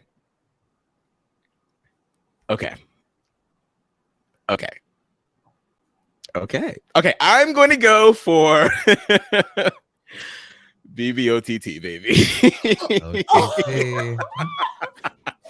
Oh my God, you did not. Danger. Now look, okay? Before you guys clutch your pearls. No, I love it. Before you guys talk about how this isn't a good season, before you talk about how it's just a different world, and guys, just think about the beginning of this. When towards the end of BB18, Julie is like, and now we're going to give you a new version of Big Brother with live diary room feeds, and everything is online so they can say whatever the hell they want. And it's going to be different types of competitions, and we're going to be uninhibited by the powers that be at CBS. Think about that moment, and think about the interesting dynamic cast. They took a risk with the casting. It wasn't Robin Cass at that point. It was a different casting team. They took some risks. We've seen some characters that we will probably never see again on the show. And even throughout the experience of it all, think about the live HOHs, the live vetoes. They tried to show us as much as they could. It was over the motherfucking top, okay? And yes, it was in the middle of an election year, which fueled the fire of a lot of stuff that was going on. There was a lot of evil underbellies of the fandom that was kind of exposed. But in a way, I think that this was a very transformative moment, not just for Big Brother, but for the Big Brother fandom as well. For better or for worse, I think it is a timestamp. I think it is just an interesting and unique and very incomparable time. I think that I don't necessarily always look back on it fondly. There are moments that I do. The moments that I love the most are just becoming a part of the RHAP community. And I know this has nothing to do with you guys as the audience that are going to be voting, but I'm just telling you where I'm coming from with it. I feel like I met Liana here. I met Pooya here. It feels, I met Taran as well. It just feels, you met all of us here. I don't know. It marks a special time, I think, in Big Brother, and like where they were willing to go, and like break out of been doing before. And the ending is interesting. You have someone in Jason that comes back and kind of dominates the season, but does get like a little bit cocky towards the end. And even though I still feel like he should have won, I've come around years later on the fact that, well, you know, if it's America's vote, then I kind of understand why Morgan did win. So it's just, there's a lot of interesting dynamics here that are very telling of not just like how Big Brother is played, but also how it is received. And I think that you just can't, I think that Big Brother today would be so different if Big Brother OTT was not there. So I want this little bit of danger and spice on my draft. I need it. That's interesting because I think of BBOTT as like this really weird, fun fever dream. Like it doesn't even feel, when I think of Big Brother, and we were talking about this draft, I didn't even consider OTT as an option because it was so different. But that was kind of what made it fun. At the time, I was getting my PhD and I scheduled experiments around the live OTT competitions and diary rooms because it was something that felt like, even though, yes, there's live feeds, like these were like scheduled live feeds, which made it a little bit more of this like fun lived experience. And to get to see all of those comps play out live, to see, was it Scott who was like pumping himself up in the room when he's like something, these BB streets, like whatever that the moment was. So to be able to see that play out live is such a thing we never see. And so I think that that's what BBOTT has going for it. And yeah, of course, Aman, I echo that was So You Think You Can podcast. That's when we all came into the scene. And so that's always going to hold a special place in my heart. Yeah, because you met me. Yes. Look at us now. I met everyone. You met everyone. and Taran and Aman. And you were there? And I mean, this is literally the inverse of what we got for Big Brother Canada 11, right? All access all the time to all the components. And it was its own thing, right? In that it was separate. It was something a little bit different. And look, we're talking about it very fondly, very positively. Whereas without all that access, BB Can 11 not looked at as fondly. So that this is where you take the big element of the show being all the surveillance and giving us all of that, and we're like, more. There are still people who want an OTT too, still. So yeah, I mean, I remember exactly where this was literally the first Big Brother we got to tackle and talk about and break down on a podcast. This was our first opportunity to do that. It was jarring because, like you said, Aman, it was an election year and the audience is voting on the evictions, and the audience is voting on us and our abilities. And I'm just reading stuff about myself. It was a lot, but very memorable. So.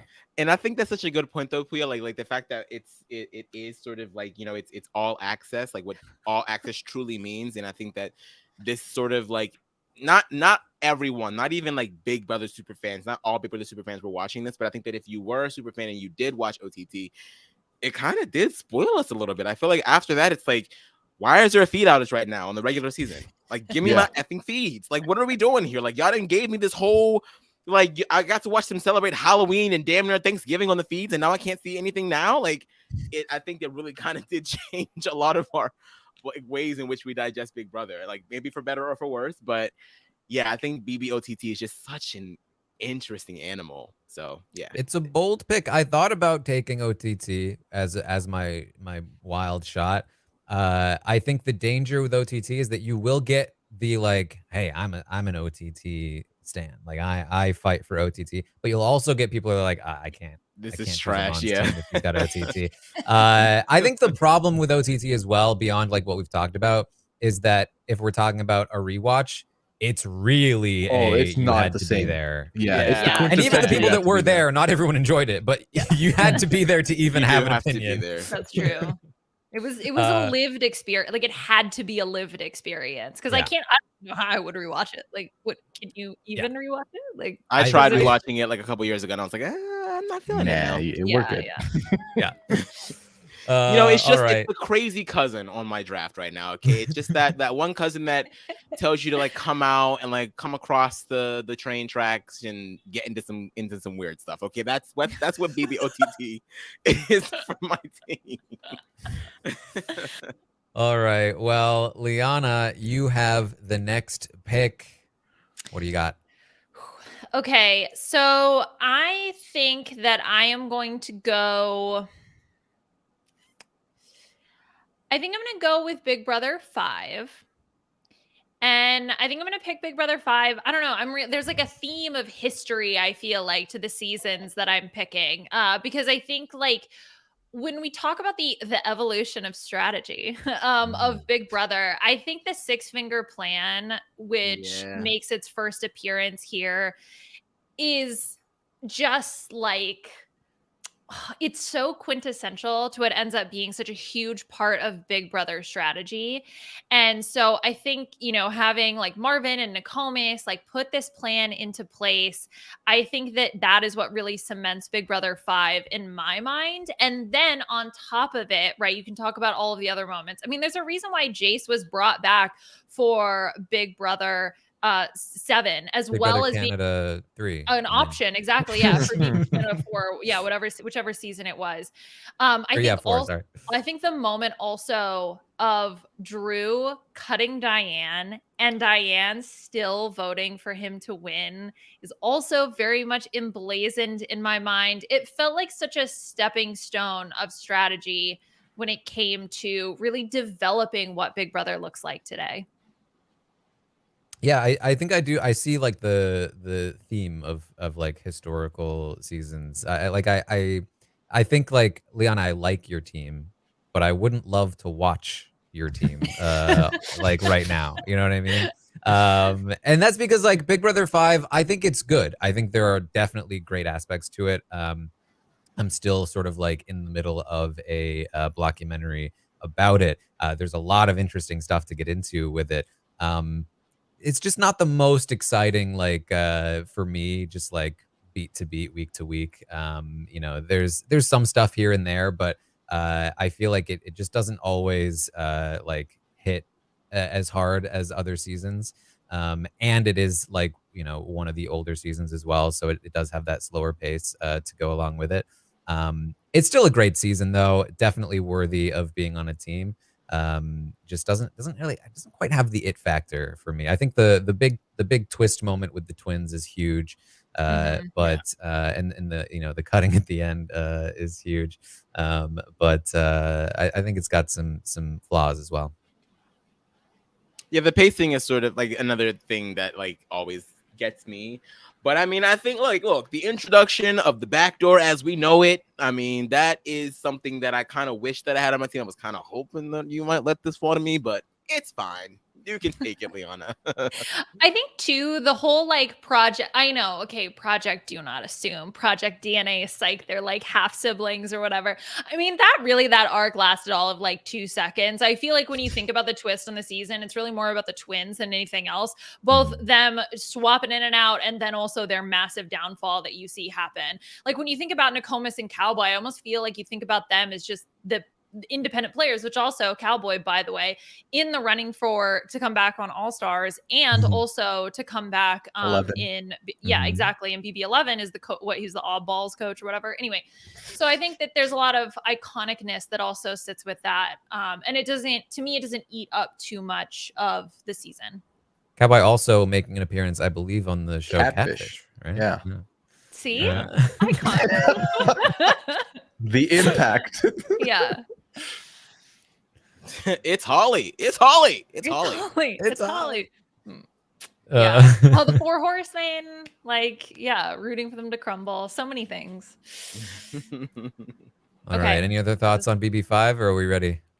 Let's do a quick checkup here. Liana now with Big Brother 10, Big Brother 2, 23, and 5. Aman with 7, 17, 24, and OTT. I have 14, 3, Celebrity 2, and 8. Pooya has 6, 20, 4, and 12 so far here. as we have just a few more rounds to go. Liana, you have a second pick in a row here. This is going to be your fifth overall pick. What's it going to be? Oh man. Yeah. I feel It's getting a little rough. Yeah, I'm we're a getting to the rough pickings. I'm like, it's mainly now I'm trying to think like what's the least negative? Not that there aren't fantastic moments in, in a lot of Mhm. these seasons, but I think, oh boy, oh no. Okay. Um, okay, yeah, thank you, Sam. This is also kind of Liana's last pick. What does I don't, kind of mean? Because look, she's left with. Oh, she whatever's can't left. pick after this. Well, I mean, Gotcha. she can, can't she? Because there'll still be multiple. I don't If know. we're picking the last four, I think she'll still have. Yeah. Oh, She'll still have right. she'll have a. Yeah. Exactly. Oh, we'll get there. We'll cross that bridge when we get there. I have two that I am between, and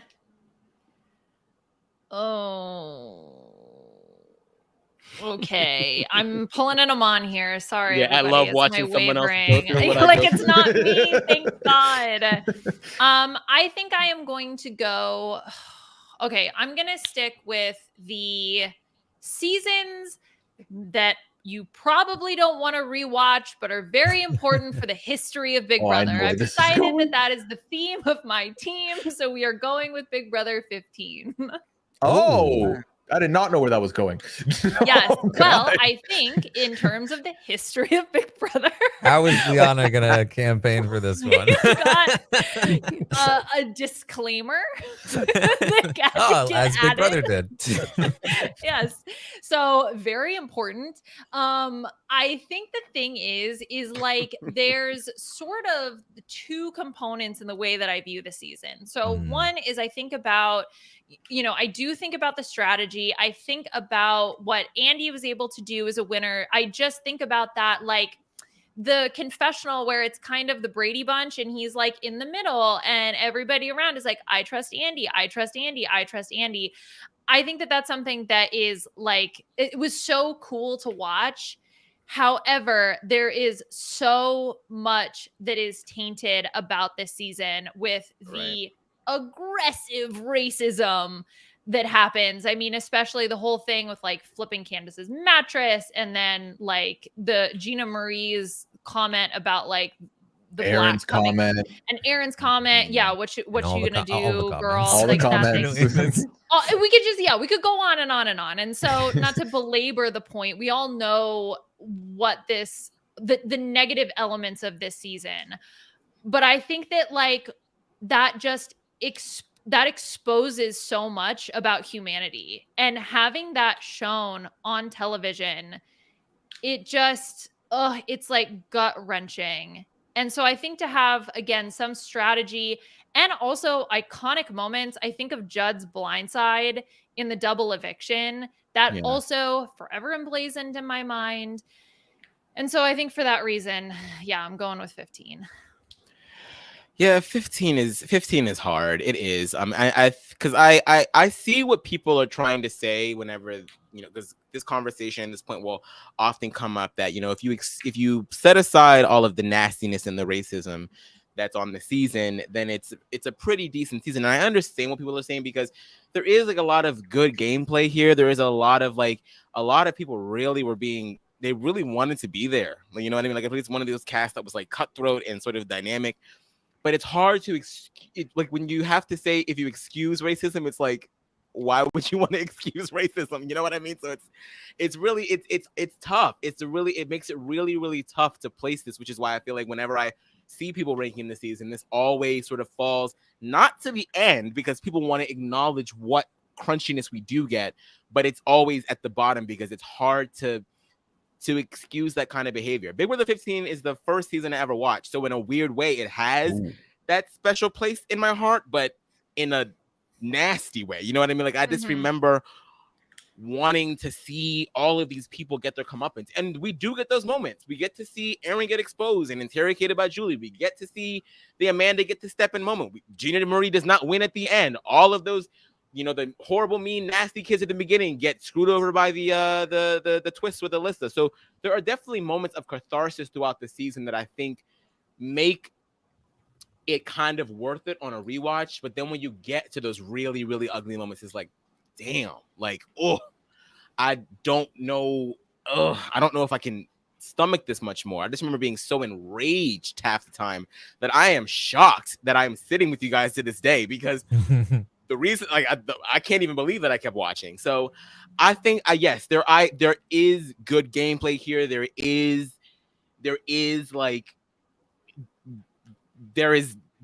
dynamic, as Gina Marie would say. There's a lot of dynamic stuff going on in the game, but it's hard. It's a hard season, and it always will be.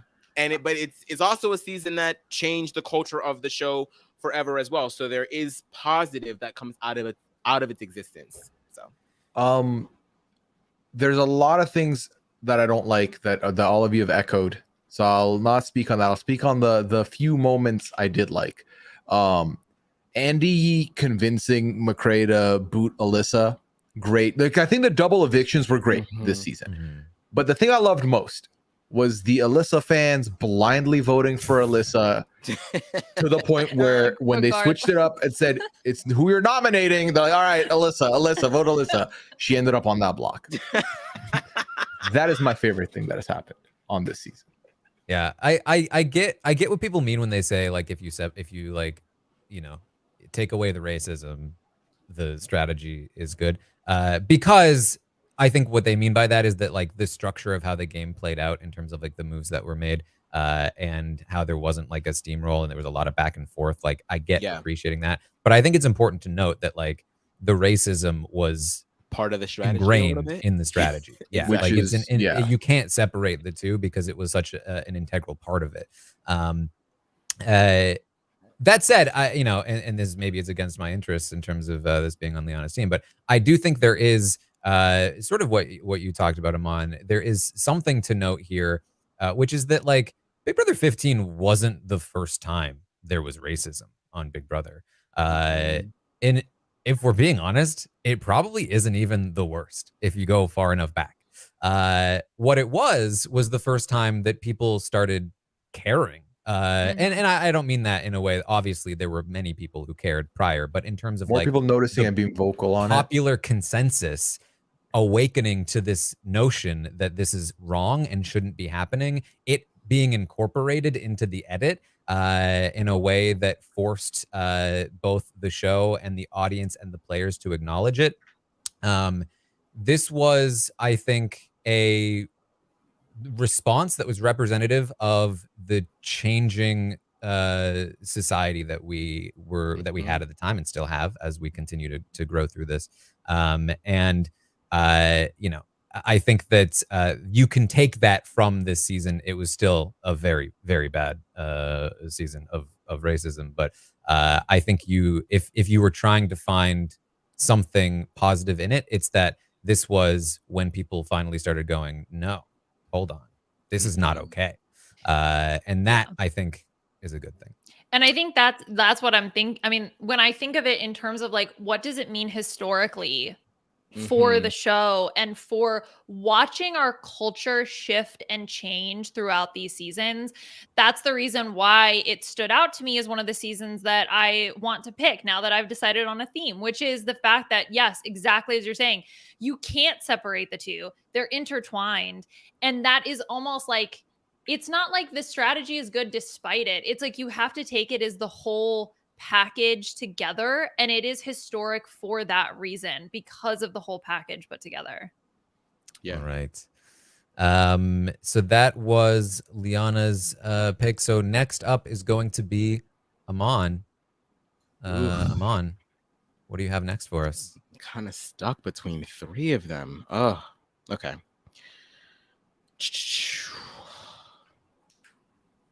Do I go for that one or that one? I think I'm just gonna go for the heart pick. I think there's one that would probably be generally well received, better than this one by the general populace. But whatever. I'm gonna go for the first season that I was a hardcore live theater for. The first season that I stumbled across RHAP for, and the second season that my favorite player made her appearance on. I'm gonna go for BB18, baby. I feel like this season, I think it's interesting. I think it's a very sort of like middle of the road type season. I think it's not one of the best, not one of the worst. They try to sort of replicate a little bit what they had going on with BB14, but the people that they chose to bring back were not like the same type of like prestigious Janelle, Boogie, Brittany Haynes type of characters. And I thought that just made it,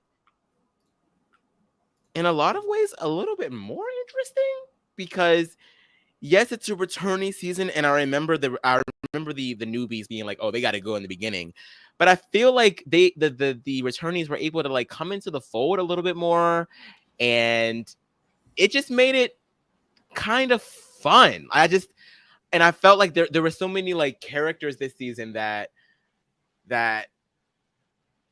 we sort of like grow to love and also love to hate. The Polly downfall of the ball was fun. Devon being back was fun. Nicole trying to like navigate being America's sweetheart, and then trying to play like a Derek-like game, but not being able to really achieve it, but still winning in the end, was such an interesting type of story. And just like, I think that the beginning stages of the game were great. I had a good time with BB18. It's obviously not one of like the like top tier seasons, but I just remember having a really good time, like trying to see who was going to get that round trip ticket. And the jury house phase of this season is some of the best. Like, so yeah, I think BB18 is it's out of the modern seasons, not the best, but it's got some good moments. I had a good time. Yeah, I was going to pick this one if you would let it get to me. So once again, you have sniped the season I was about to pick. I think you've done that every time you've picked right before me. But yeah, I mean, I think that like people remember that Nicole won, obviously, and that's like people don't love that. And they remember Polly, who's like not their favorite person either, right? But there are a lot of really like fun moments through the season, between Jose kicking it off, like the blind side, or the turnaround on Pauly himself, the interesting way that the end game played out, the jury house segments, the like infighting between the returning players. There's a lot here that is kind of fun. There's a lot of like fun podcast moments from this season as well. I think honestly, like I think the biggest detriment to this season is Mr. Frank up there. But beyond that, like if you can forget that he was on the season, like you're gonna have a better time. If you magic eraser him out of the photo, then maybe he's different. Yeah, 18 was the other season I was considering, but it didn't fit with the theme in terms of the historicness. But it did fit with my theme of just like hilarious moments. All of the Polly moments, butterfly, don't you land on me, crying over the pie as they're cutting feeds because he's like crying about his ex-girlfriend and they're like cutting feeds in and out. You got Bronte being like, I'm not actually, I'm whatever. I'm a mathemagician, or like an aspiring mathemagician. Scenarios. Victor coming back in twice voted out 3 times. Him throwing Mardi Gras beads and everybody being upset about it. The really weird final 3 where they're dressed as cats and chasing a laser pointer. Like, those are the moments that I think of Corey undressing his like America outfit while Nicole and Paul are fighting, and he's like, woo, and they're fighting. Like, those are the moments that I think of. Can I tell you strategically what happened? No, I don't remember. I remember it was like Polly was controlling things and then things fell apart and some other stuff happened. But I do remember all of those funny moments. And that's what I think of when I think of BB-18. Yeah. I think BB-18 also had some of the best postseason nonsense on Twitter with the fake with the Glenn Burner account, the James getting the cease and desist and going live on Periscope to talk about it. So I'm like a messiah for the newbies is a great line always. So yeah, I mean, this had its moments. It definitely had its moments, it had its ups and its downs. This is who you lay with. Yes. And I think especially when you look at, you know, the lineup, right? You had 17, then 18, then 19. Then, you know, some of the other ones we've not drafted yet. So it's one of those where I feel like now looking back, I'm like, oh, this was actually one of the better ones at the time. Because there's quite a few that were not. Yeah, the feud between Bridget and Michelle over Frank was just so funny to me. I gotta understand, Michelle. Like, I'm trying to like be friends with you, and you're not nice to me. I am nice to you sometimes. Like, there's a lot of good moments like that. Mr. Jenkins. Plant. I remember Bridget had him like after the season and he got all big. Like he got huge. Whole tree, Mr. Jenkins. Those are the moments that I think of when I think of Big Brother 18. I feel like I don't really like hate anybody from BB-18. You know what I mean? Like Frank definitely like he went a little bit too far, like especially with the whole thing with Avon. But like I feel like I didn't like really walk away from the season being like, oh my god, like except Polly. Everyone else was sort of like, you know, it was a decent time, you know what I mean? So I think it's just like a decent, you know, feel good season for me at least. Yeah. All right, I've got a tough choice here. Hail Mary time, Taran. Do it. Hail Mary time. Yeah. I think I'm going to corner the market on celebrity seasons. I think I'm going to go Big Brother Celebrity 1. Damn it. If you're a Big Brother Celebrity fan, you have to pick my team. I'm not going to let anyone else. Going all in. All in on It's a big gamble. We all know that there's no third season to Celebrity. So what a fun time it was here, Celebrity Season 1. You know, it was such a new experience. I think that like I really like these bite-sized seasons. I think like if I'm still going with rewatchability, like I'm still crushing right now. Like you could watch all of these seasons and have a really good time with them. You know, you had Mark McGrath here. You had Ariadna, who was great. Brandy. You know, like a lot of Meta World Peace. You had a bunch of quits. You had Shannon Elizabeth, Omarosa.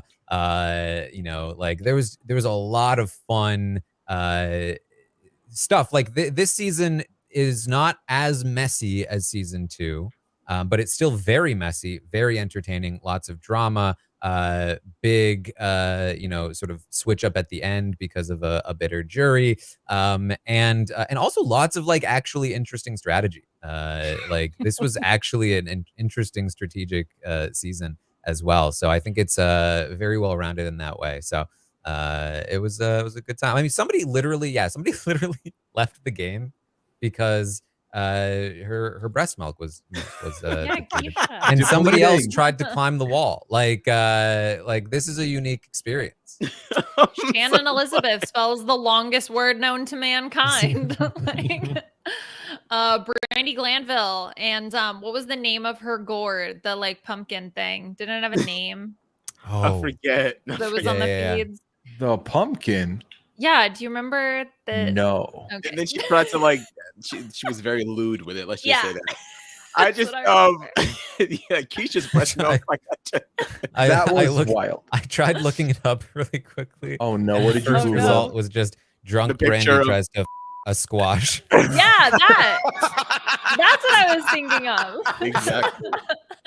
Like trying to find the name of it. Oh my I mean, like the return of Omarosa to reality TV. I mean, I remember when this cast got announced, like on her oh my, apology tour after getting fired from the White House. Oh, yep. Mm. It's like, oh my gosh, like this is actually happening. I think there's a lot of iconicness for that moment, for having her. Yeah. Oh my gosh. Again, also a little bit of a fever dream for me. Yeah, this definitely was. I think that we just sort of like we're just always used to the UK cornering the market on Celebrity Big Brother, that when this got announced, so many of us were just so like, oh my god, like what American celebs are about to enter this house. And we were kind of like, okay, I guess this is fine. There were a few faces that I think if you were watching this season, you knew at least 1 to 2 people on the season that made you interested enough to watch it. And yeah, like I think that it ended up being something that was kind of really special. And I think it has a decent winner. Maybe not like who maybe I would have picked at the beginning, but Omarosa, I mean, if there's one thing that woman is going to do is self-produce, and she knew what she was doing that entire time. Meta trying to quit during the live show, like just like that. Voting incorrectly. Like, you voted for Chuck to go. I voted Chuck. Yeah. I think also with the diary rooms being it felt so refreshing for the celebrity season 1 diary rooms, because it felt like, oh, they're not yelling. Like I remember Omarosa's diary sessions that were just so like, she's going to sit there, be entertaining, give you her strategy. And I think that that's also a highlight of the first Celebrity Big Brother season. For sure. Yeah. All right. That leaves Pooya with 2 picks. 2 picks in a row. Pooya, what do you got? Well, with you picking Celebrity Big Brother, that officially shuts the door on me having anything but Big Brother regular seasons on my draft board. I'm actually say that now. Imagine the state I'm in where I have to dip into that bag. Oh God. Okay. All right. My next pick is going to be Big Brother 11. I'm going to go Big Brother 11 here. We talked about it briefly in the fact that it came up where Liana called the offbeats the oddballs, and Cowboy potentially being someone who could enter the game. One returnee in Jesse from BB10. And I feel like this season had a good bit of drama that I did enjoy. The clicks, didn't love that for a twist, but also could have been a lot worse, right? We've seen plenty of twists that impact a little bit more there. This is back when there were quite a few people. The Jeff and Jordan ship was massive at the time. Definitely not as big as it. Definitely not as big moving forward from here. But no, this was just a I don't even have the word to describe it, a wild season.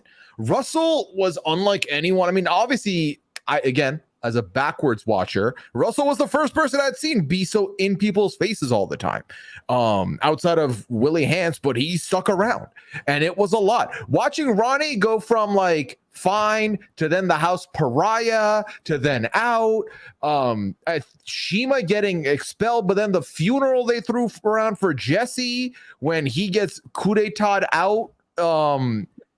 There was a lot, and then obviously the gambit that Kevin and Natalie threw together to get their way at the end game. Natalie having one of the worst lies in the history of the game at the end as well.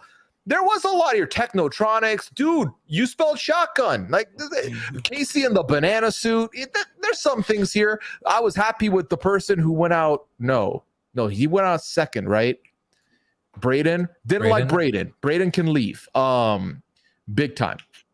Anyway, that's enough. 11 is good. It's a good season. I feel like I stole 11 here this late in. This was a petty ass season, yo. Like if you liked drama, oh my god, everybody on this season was petty as hell.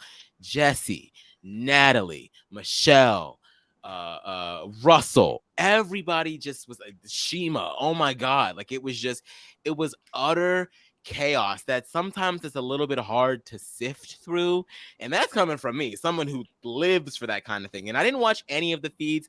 I've been fortunate enough to catch some people that have like left up some raw footage from BB11 on YouTube. And oh my God, like I'm just watching those feeds, I get reminded a lot about a certain season. And I'm just like, whoa, like this is quite a heavy ass season. That being said, I think that the ending is satisfactory because yeah, I mean, out of the two options that we were left with, fine.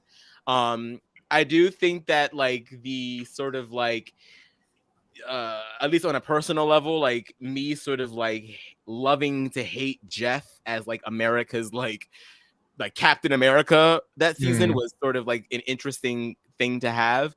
I just think that yeah, this season definitely was an angry it was an angry season. A lot of fights. I was not the biggest fan of Jeff and Jordan, so I think that like brings this season down for me. But I do, in addition to all of like the iconic moments that Pooya brought up, like that is really what I think about when I think about the season. I think about Casey in his banana costume, like chain smoking, and all of those like types of just for lack of a better word, over the top moments. And I think that I just, it doesn't rank very highly for me, I think, because of the whole Jeff and Jordan of it all, but I can definitely attest to the wild drama and the fights. Yeah, it's personally, this is just one of my lowest seasons. I just like I can understand the people that like the messiness of it, but like at the time watching it, I wasn't the biggest fan, but I was rooting for Jeff and Jordan. And I feel like this season, almost more than any other season, like has just like gotten worse over time for me, where it's like I no longer have anything like positive to say about Jeff and Jordan. And the fact that the season went all in on them really hurts it, I think, if they don't hold up in your eyes, because they spend a lot of time on Jeff. They twist the entire game. They made them the sweethearts. Specifically, the entire season is about Jeff and Jordan.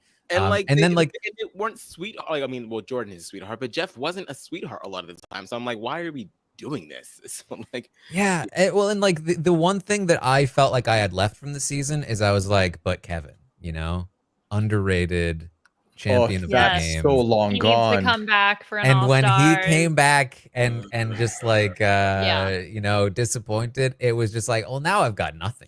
I've got nothing positive to take away from the season at all. Oh boy. So yeah, that's my experience. Yeah, it's brutal. I mean, and coup d'etat, of course, like that was just coup d'etat. Coup de Jeff. All right, Pooya, you've got one more pick here. And then I'm done, right? That's it for me. You're done, yeah. Yeah. There's really two options for me here. There's really only two options. At least, actually, there's technically three. I'm gonna go with a season that kind of changed the landscape, and by that specifically, I mean the definition, high definition. I'm gonna go with BB16. Ooh, which I'm little-ish surprised it's here. I mean, BB16 was one of those seasons that I feel like a lot of people found Big Brother on and jumped in on it with. It's not one of my faves, clearly, given how low it is here. But when you think about it, again, Derek plays this very bumper-to-bumper game and goes all the way to the end. But then there's a lot of personalities in here. Some of them age better than most do. Zach Rance was huge. I was a big Zach guy during BB16. Also, BB16 is the first season where I really properly found RHAP and started listening to all the podcasts. I watched the premiere episode of 16, then I had to travel to Iran where I didn't have access to the episode. So I only knew about what was going on through Rob. So that always holds a special place in my heart. Did, of course, go back and watch them later. Devin has a daughter. Devin Bro was a lot of the drama at the beginning, which I did enjoy. The weird story with Victoria and the eagle that was it a crow or an eagle? I think it was a crow. I think I'm making it a bigger thing that was an eagle. Frankie Grande's on this season. If you didn't know, he will make sure you do. And there's just so much more. I feel like I enjoy this season looking at it from where I am right now. And I feel like, again, because it was a lot of people's starting season, the pick I'm making is a little bit of the, hey, vote for mine because I've got your nostalgia pick in here. I got 16. It's where you started, right? You're gonna pick this batch. Yes, because of the fan favorite twist, Battle of the Block. The birth of the Battle of the Block. Thank you. Yes. Yes. Yeah, this is an interesting pick. I'm mostly picking on like seasons that I like genuinely think are the best for me. But I've strategically reorganized a little bit. This is one of the seasons I have strategically reorganized. I just feel like season 16 is a season that people will see it on your team and go, nope. If you look at what's left, I think I like my odds though. That's fair. That's fair. Yeah. But what I mean by that is that like I actually I have much fonder memories of season 16 than I think most people do. I was the guy that enjoyed the intricacy of what was happening with the brigade and seeing the game evolve in the way that it did in season 16 with what Derek was doing with the bomb squad and the detonators and the hitmen. Was really interesting, and watching them sort of like reconvene every night and sort of make the game plan and sort of like manipulate the house into their favor, especially after such a like chaotic stream of seasons leading up to it. It was interesting to me, and I enjoyed watching it. And I think the cast is underrated both in terms of their ability and in terms of their entertainment value. Is this the most winning cast? Like most winning cast. Four people on this cast have won first place in a show. Yes, 3 of them are Big Brother winners, and one of them, in the challenge, I believe, also a winner. So, winning cast for sure.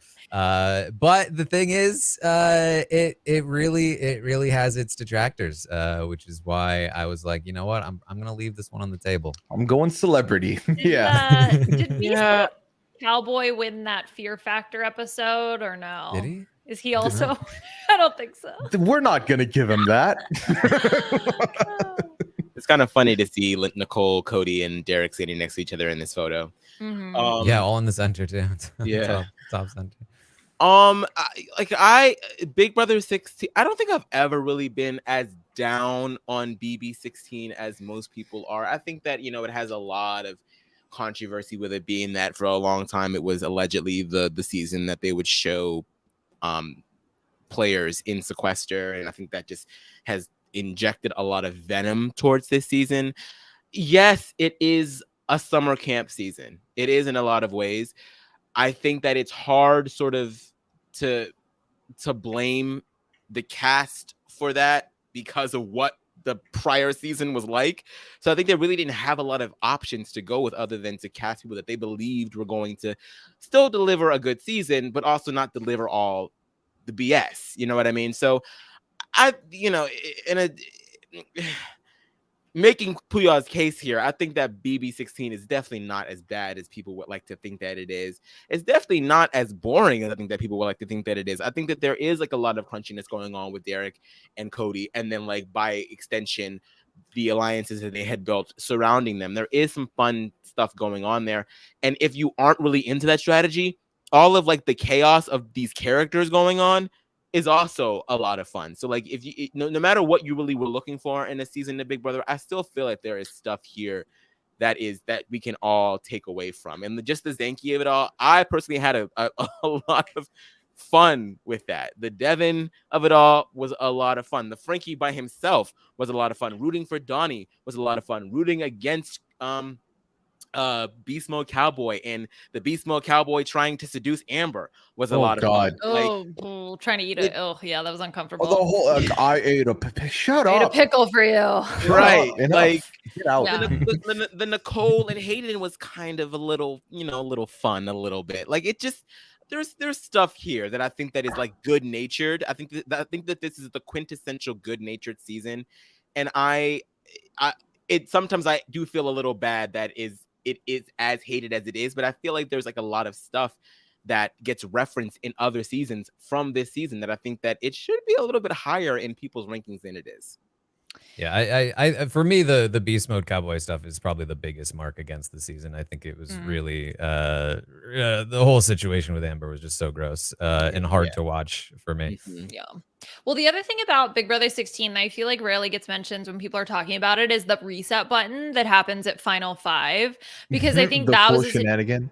I mean, that's a situation where you see Frankie go from, because he was he HOH that week, or I can't remember. He was He HOH, went from yeah. being He had the won. I think he had won both competitions, right? And Okay, then because then lost I them both. remember it was Victoria and Cody were on the block. You get the reset button, and then now all of a sudden you have Frankie going out, throwing glitter on his way out of the house. And I think that like that was just a really big shift also, that is, you know, I think not discussed as much. I wanted to mention it since we're talking about BB16. Yes, and of course the introduction, fan favorite, Battle of the Block Twist. That's right. Amazing. Okay, so that was, I believe, Pooya's second pick in a row there. So that's gonna leave it back to me. And my strategy paid off because I almost picked this season ahead of Big Brother Celebrity 1, but I thought it might come back to me. And this might surprise you if you've seen previous season ranking podcasts, but still going with my theme of rewatchability, great moments. Big Brother 13. Big Brother 13. I'm going to pick here. I mean, the cast is actually great. I mean, like, look at this cast. It's got Rachel Riley. It's got Jeff and Jordan on their way down. In terms of what happens with them. It's got Keith and Keith's Angels. It's got Dominic and Cassie, who are very likable players. Taran, not gonna lie, you started with that is a great cast. You said Rachel, and then the rest of them you're kind of on. Hold on. I'm saving the best for last here. You've got Danny Donato, truly rising, because let me tell you, people did not like her in Big Brother 8. People did not like her as much. That, you know, she had her fans, but I mean, she became one of the biggest fan favorites of the show, period, through this season. And you had Kalia, who underrated and very entertaining. You have Shelly, who dominated strategically and in a very interesting and sort of entertaining way. Very like non-typical strategic dominator. And then of course, the superpower man himself, Lawan, who intentionally got himself voted out just so that he could get superpowers coming back in, just to be defeated by Brendan. It's a great cast. It's an interesting storyline, you know, going through. I think the biggest mark against it for me when I'm thinking about it is the twist that saves Jordan and ultimately Rachel. Toward the end, it's like such a bad twist. But in terms of watchability and like a fun time of watching this season, there's a lot of fun moments, a lot of big fights. It's Rachel Riley's like rise to true stardom. You know, obviously she was a star on her first season, but like this really catapulted her into the stratosphere. And now she's been on like tons of shows and she's such a star. So I think at this point in the draft, I have to pick BB13. Yeah, it was Totally. 16 or 13 for me at that point. My big thing is, like you said, the twist with the twist that brings back the HOH comp from week 1, essentially, to save Jordan and Rachel, but also the bogus fan vote to bring someone back. Do you want that was also terrible, one half of a famous showman's, or do you want to bring back Dominic and Keith, who you just met? Like, what are we doing here? I was so upset Dominic didn't come back. Yeah. I was such a big Dominic fan. Danny was also pretty sad about that, I'm sure. Yeah, I feel like the clown shoe moment is great, especially if you were part of the no Jeff zone. I feel like you like that a lot. I didn't care for Adam Pock's love of Tori Spelling, so that did And nothing bacon. for me. I want Lawan back. Can we make that happen, please? I think the fact with the pairs twist that like if one's eliminated, the other one is safe. The like, golden key. the whole like golden key thing, like that was just. Ugh.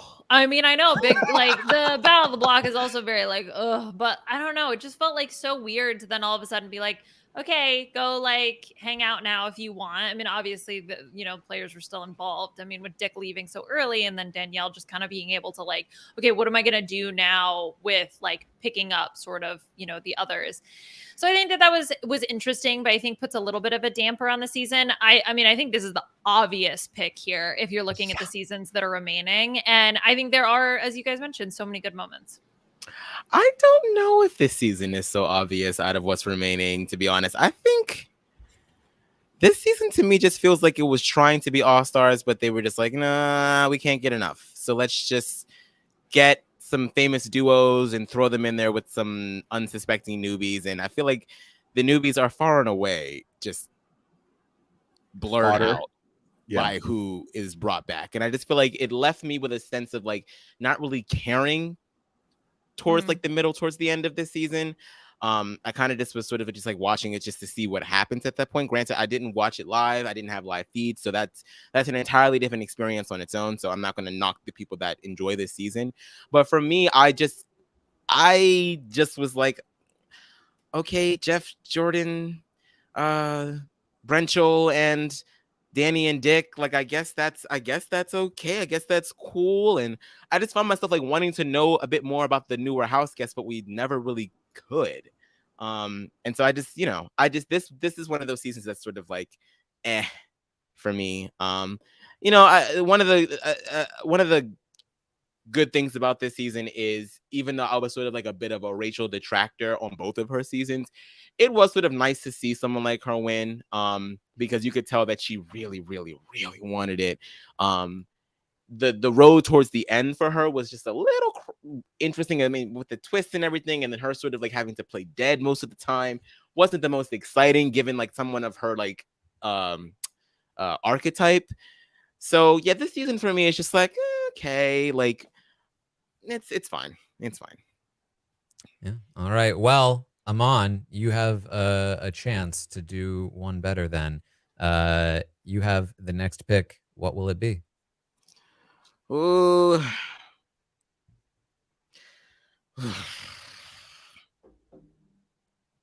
In my mind, there's really only 3 left to really consider. And it's like, you pick your poison, like death by 1,000 cuts or death. Let's just give the audience what's left. We have Big Brother 1, Big Brother 9, Big Brother 19, Big Brother 21, Big Brother 22, and Big Brother Celebrity 3. Okay.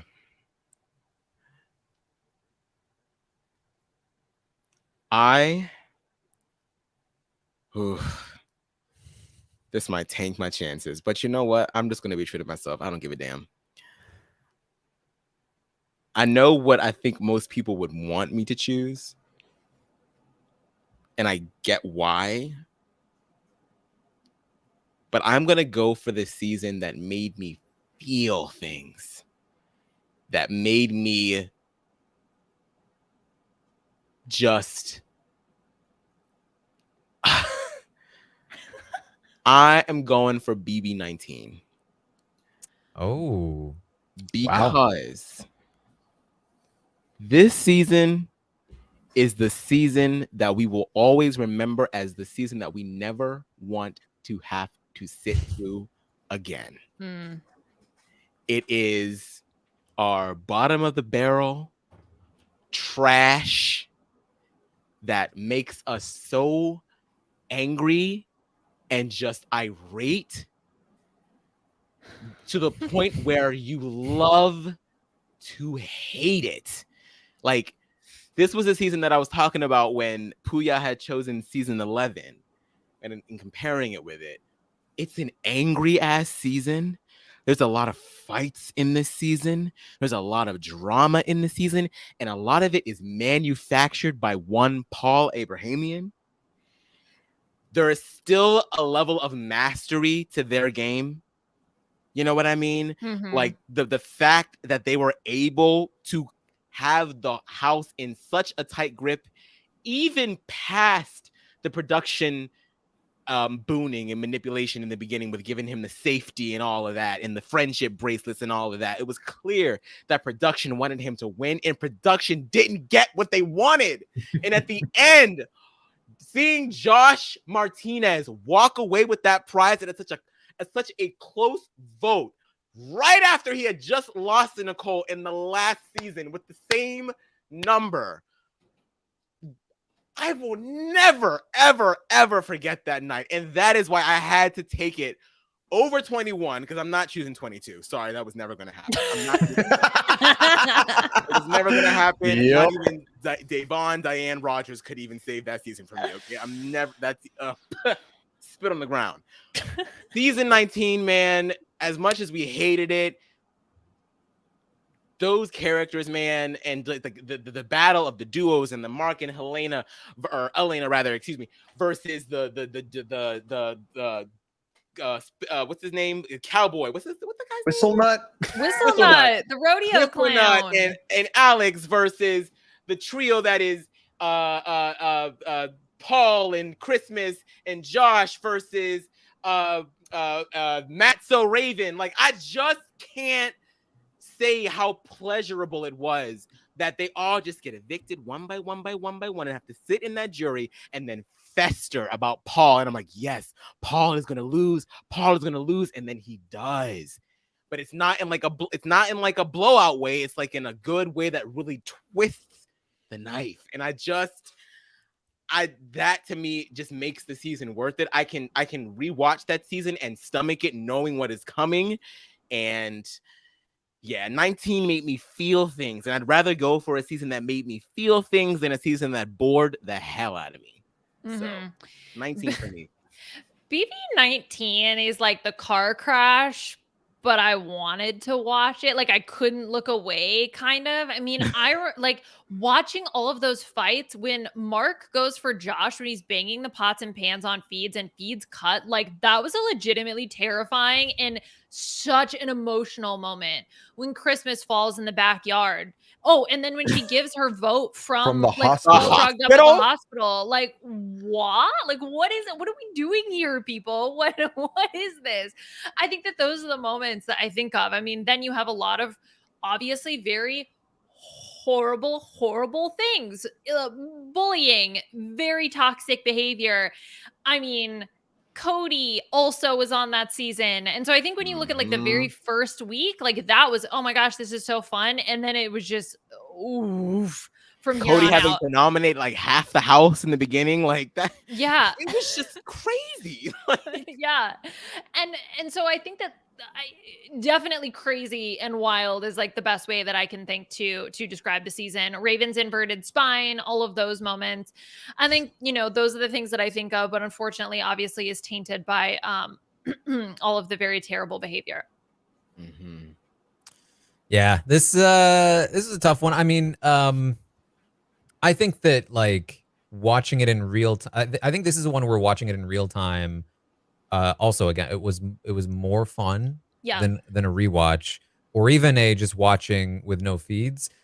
Even though watching it in real time was also terrible, but at least in real time, like you got to see what Paul was doing, and you got to sort of like be like, well, this is where things could go wrong for Paul. But you also had to sit through the whole thing for 100 days. So like there's downsides. And I think the ending in some ways I think is a plus for people. I think in other ways is also just kind of like the inevitable conclusion of like, this is just a guy that did the steamroll thing, except in a way that was never really going to lead to a win. And so it didn't really and I should actually say I believe Paul is now non-binary or does not go by They go by they them now, yeah.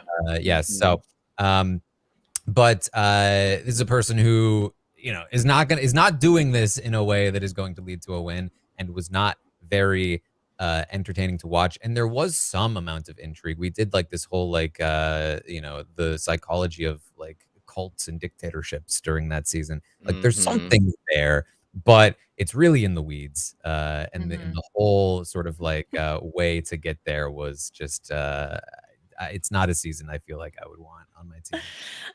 Matt Klein's eating cereal. Like his like yelling thing. Oof. Yeah. Oh man. Oh no. I'm having flashbacks. And the jury, probably one of the best jury roundtables I think that we've seen. Just so much calamity going on and just so much like intrigue there. Like I was pretty sure that Paul was going to probably not. Well, actually, no, I wasn't, because I was so entrenched in that there was just no way that they were not going to vote for him. But there was like a level of like, oh, maybe they won't win. Maybe they'll finally see the light and they will not vote for them. And they didn't. It was so rewarding. Like that Josh is still one of my favorite. He used to be my favorite up until Taylor Hill. And then, she kind of just swooped in over him. But like watching him win was just so satisfying. So satisfying. I think I also have to point out like the America's favorite player that season to me is still like such a big taint on the season. The fact that because this is a person who is still spouting off primarily about trans people, and that's not new news that he was doing that at the time as well. And so the fact that it had come up during the season. Wow, so yeah, no, that is awful. I mean, that whole season, it started without Paul.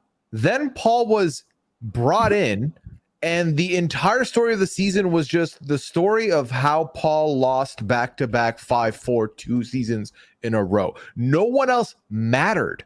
Ultimately, no one else's story made anything. I'm actually baffled. I was baffled when Josh was picked to go on the challenge and has now become a staple there, because I thought, who even knows anyone else on this season, right? I mean, he did win the thing, so that works out, but it was their story. It was their story from top to bottom, and I left 18 being the biggest Paul fan. I absolutely loved Paul in 18. Paul was like the positive point of the season for me. And just the going down in 19 was a wild ride for me. Also, imagine you're starting your podcasting career. First season of Big Brother you get to put your hands on is 19. Imagine the feelings. It was a lot. I did have a screenshot of the final two, both of their reactions, both Paul and Josh's reactions to when Paul lost. That was my Twitter header for a while. It was. Iconic times. All right. Always the bridesmaid, never the bride. So I believe that Liana, you now have your final 2 picks. Yes. Okay. So I am going to go. We are going to. Isn't it 1 pick? We're drafting the last 4 as well. We are? Oh. With the train wreck, but I can't look away seasons. I'm going to go with Big Brother 9. I think the thing with Big Brother 9 is go in with low expectations and you will see a lot of chaos. Yes. Is the cast toxic? Yes. Are they mostly unlikable? Yes. Do we get Hamstergate in the final 4 with that final question of how many couples were in the house? Yes. Do we have a terrible twist with the pairs? Of course. There's so much that we can talk about being terrible about the season. But I think, again, when we think about this was a writer strike season, because I believe it was 2007, the writer strike. you end up getting this like weird hodgepodge of a season that felt like super thrown together with a really weird cast. Obviously, the winner, Adam, he's had quite a story, is now sober, and believe works as a mental health and addiction professional. So now I think looking back a little bit, the season looks better for me than maybe I think it would have if I had reviewed this and done this draft earlier. Yeah, a bit of a novelty season. I hated it at the time. It's still not my thing. It has its fans, but like, I'm not like, I'm not here to watch orgies on Big Brother, so like, it's not really my kind of season. I mean, it's mine. Let's go. Most sex positive season ever. Yeah, it is definitely a seedy season in more ways than one. I mean, the fact that the winner gets caught selling drugs at the very end is just kind of like cherry using the money he won. Using the winnings, yeah. But he's sober now, guys. He We have to think about the full story. And that is very important. That is very important. I agree. But yeah, BB9 is definitely like it was one of the seasons that I was like afraid to watch because as I've been saying, I was kind of late to a lot of these, and a lot of the discourse that I'd seen about it, I was like, oh my god, like do I want to touch this season? But it still has its moments here and there. Gracie James is kind of a fun watch from time to time. From time to time, the occasional going back to BB9. Eyes, man. Yeah, BB9 was the one season when I was doing my backwards watch because I do stuff backwards apparently. I ended up starting it, a couple episodes in, dropped it, went to 8, came back after I was done all the quirky dude ones that were available because similar to Taran, it felt different. I was like, oh, this isn't for me. Like that's not what I'm watching right now. But then I finished it. It was decent. And I think it was decent. Obviously, then looking back at the stuff and like you said, Liana, where we are now with Adam and everything, I think that makes it a lot more palatable. But also, I feel like we've also had some bad seasons since that push it a little more up or keep it the same place, but other things go underneath it, so to speak. It's like to this day, it's hard for me to even rewatch it. It's just so different. Taran, like Sheila, Adam's not your type, right? Is that what you're saying? It's all about the hamsters. All right. And Liana, your final pick. Ooh, boy. Part of me wants to make Aman pick 22. Yes, do it. Stick you with that. Oh God. All right. I'm between two. I'm between Big Brother 21 and Big Brother 22. And I think for me, if I'm sticking with my what is historic about Big Brother, I think I could make a case for either one. I think that I'm going to go with Big Brother 21 because 22 was garbage. And I remember it was during the pandemic, it's all we had. Mike and I did B&B coverage for it, and I just can't in good conscience pick this. So unfortunately, I'm going to deal with Big Brother 21, Camp Comeback, all of that fun nonsense that we got. But all of this for the day the main alliance fractured, as well as Jackson's face when he comes out after the confetti is fallen and he is dealing with all of the questions that he got from the jury, and he just looks so crestfallen. I've never seen someone be so upset to win $500,000. Oh, that was so funny. Oh boy. Yeah. What was it? Yeah. Day 44. Day 44. Feeds the movie, as I call it. When we got that weird satellite leak that gave us the unedited before the eviction stuff was incredible. Yes. I think I was okay. Yes. I remember that moment because I was like working from home or something. And I was like, I'm sorry. I can't work right now. I have things to do. I have Big Brother feeds to watch. Oh, and like Jack going home, fantastic. I mean, obviously, not everybody's favorite final two with Holly, I'm from Wyoming, and Jackson, Mickey with his watermelons, but it gave us moments. It has moments. so I can understand why it's like here. At the same time, though, like I think an end game that is just like terrible because it's just two people winning out and one person really mostly winning out, and that person being Jackson Mickey is rough. And it's another one of those where like, you know, the one of the benefits of it is that like you're rooting for Nicole through the end, and you know, some people Cliff, but then Nicole comes back the next season and ruins that.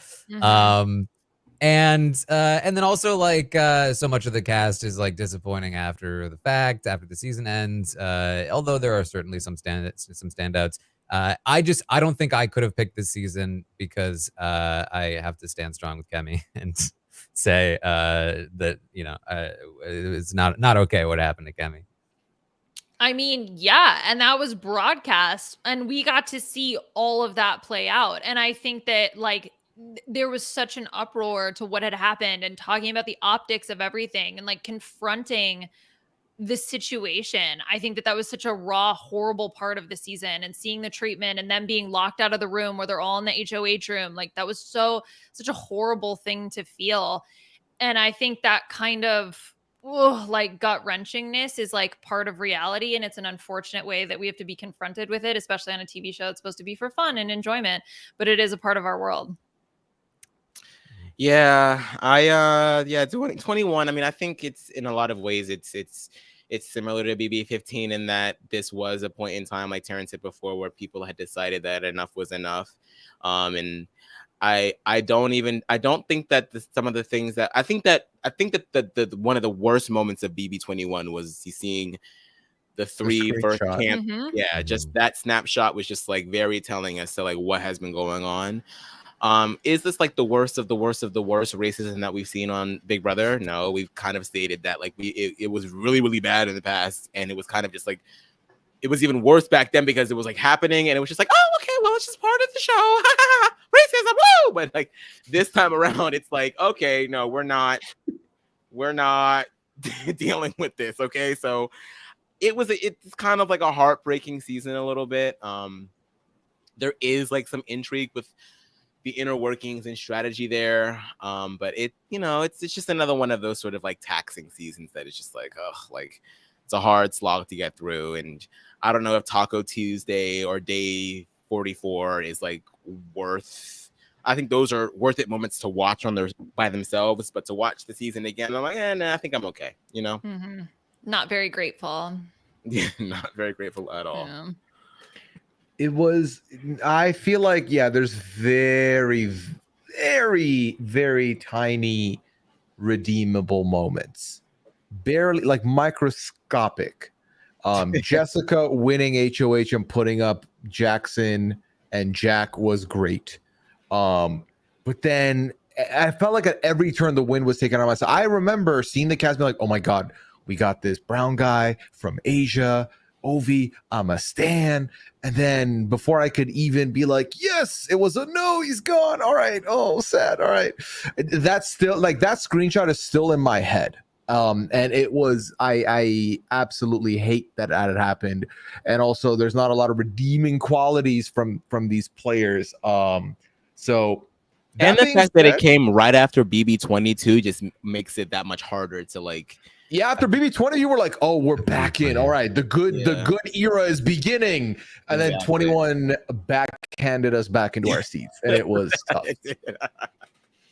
Oh man! Also, David terribly photoshopped into this picture. We'll never Yeah, fail to make me laugh. We were like, okay, well, David Yeah. went home first. Got it. Yeah. All right, Aman, you have your final pick here. Oh God! You are choosing between Big Brother 22, Big Brother 1, and Big Brother Celebrity 3. Oof. Nightmare blunt rotation. Oh my God.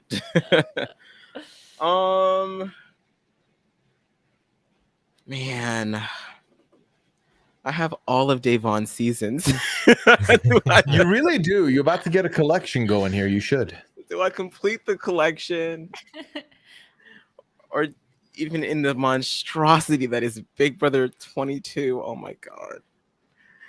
when it comes to BB22, I just like to think about like the beginning moments when we first found out that it was like the best part of it. Yes, before the season started. Yes, Before the also my favorite moments of Big Brother 22. The preseason was great because we had nothing else going on, so it all was we the did was best part. The fact speculate that we and got a dream. season at all, and then it was the first All-Star season in Yeah. forever, and there were so many like people that we were excited to see. Yeah, And we had no other show to watch. It was just don't know if that's strong enough for the. I think I have to be. I think I need to be strategic in my last pick here, and I would love to complete the trifecta of Davon's journey through Big Brother. America's But- favorite player. America's favorite player. America's favorite player, baby. Or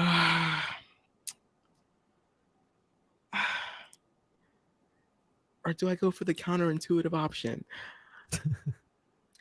I love that whether Aman had 30 options on the board or just 3, he's struggling the Doesn't exact matter. same Stay way. strong, King.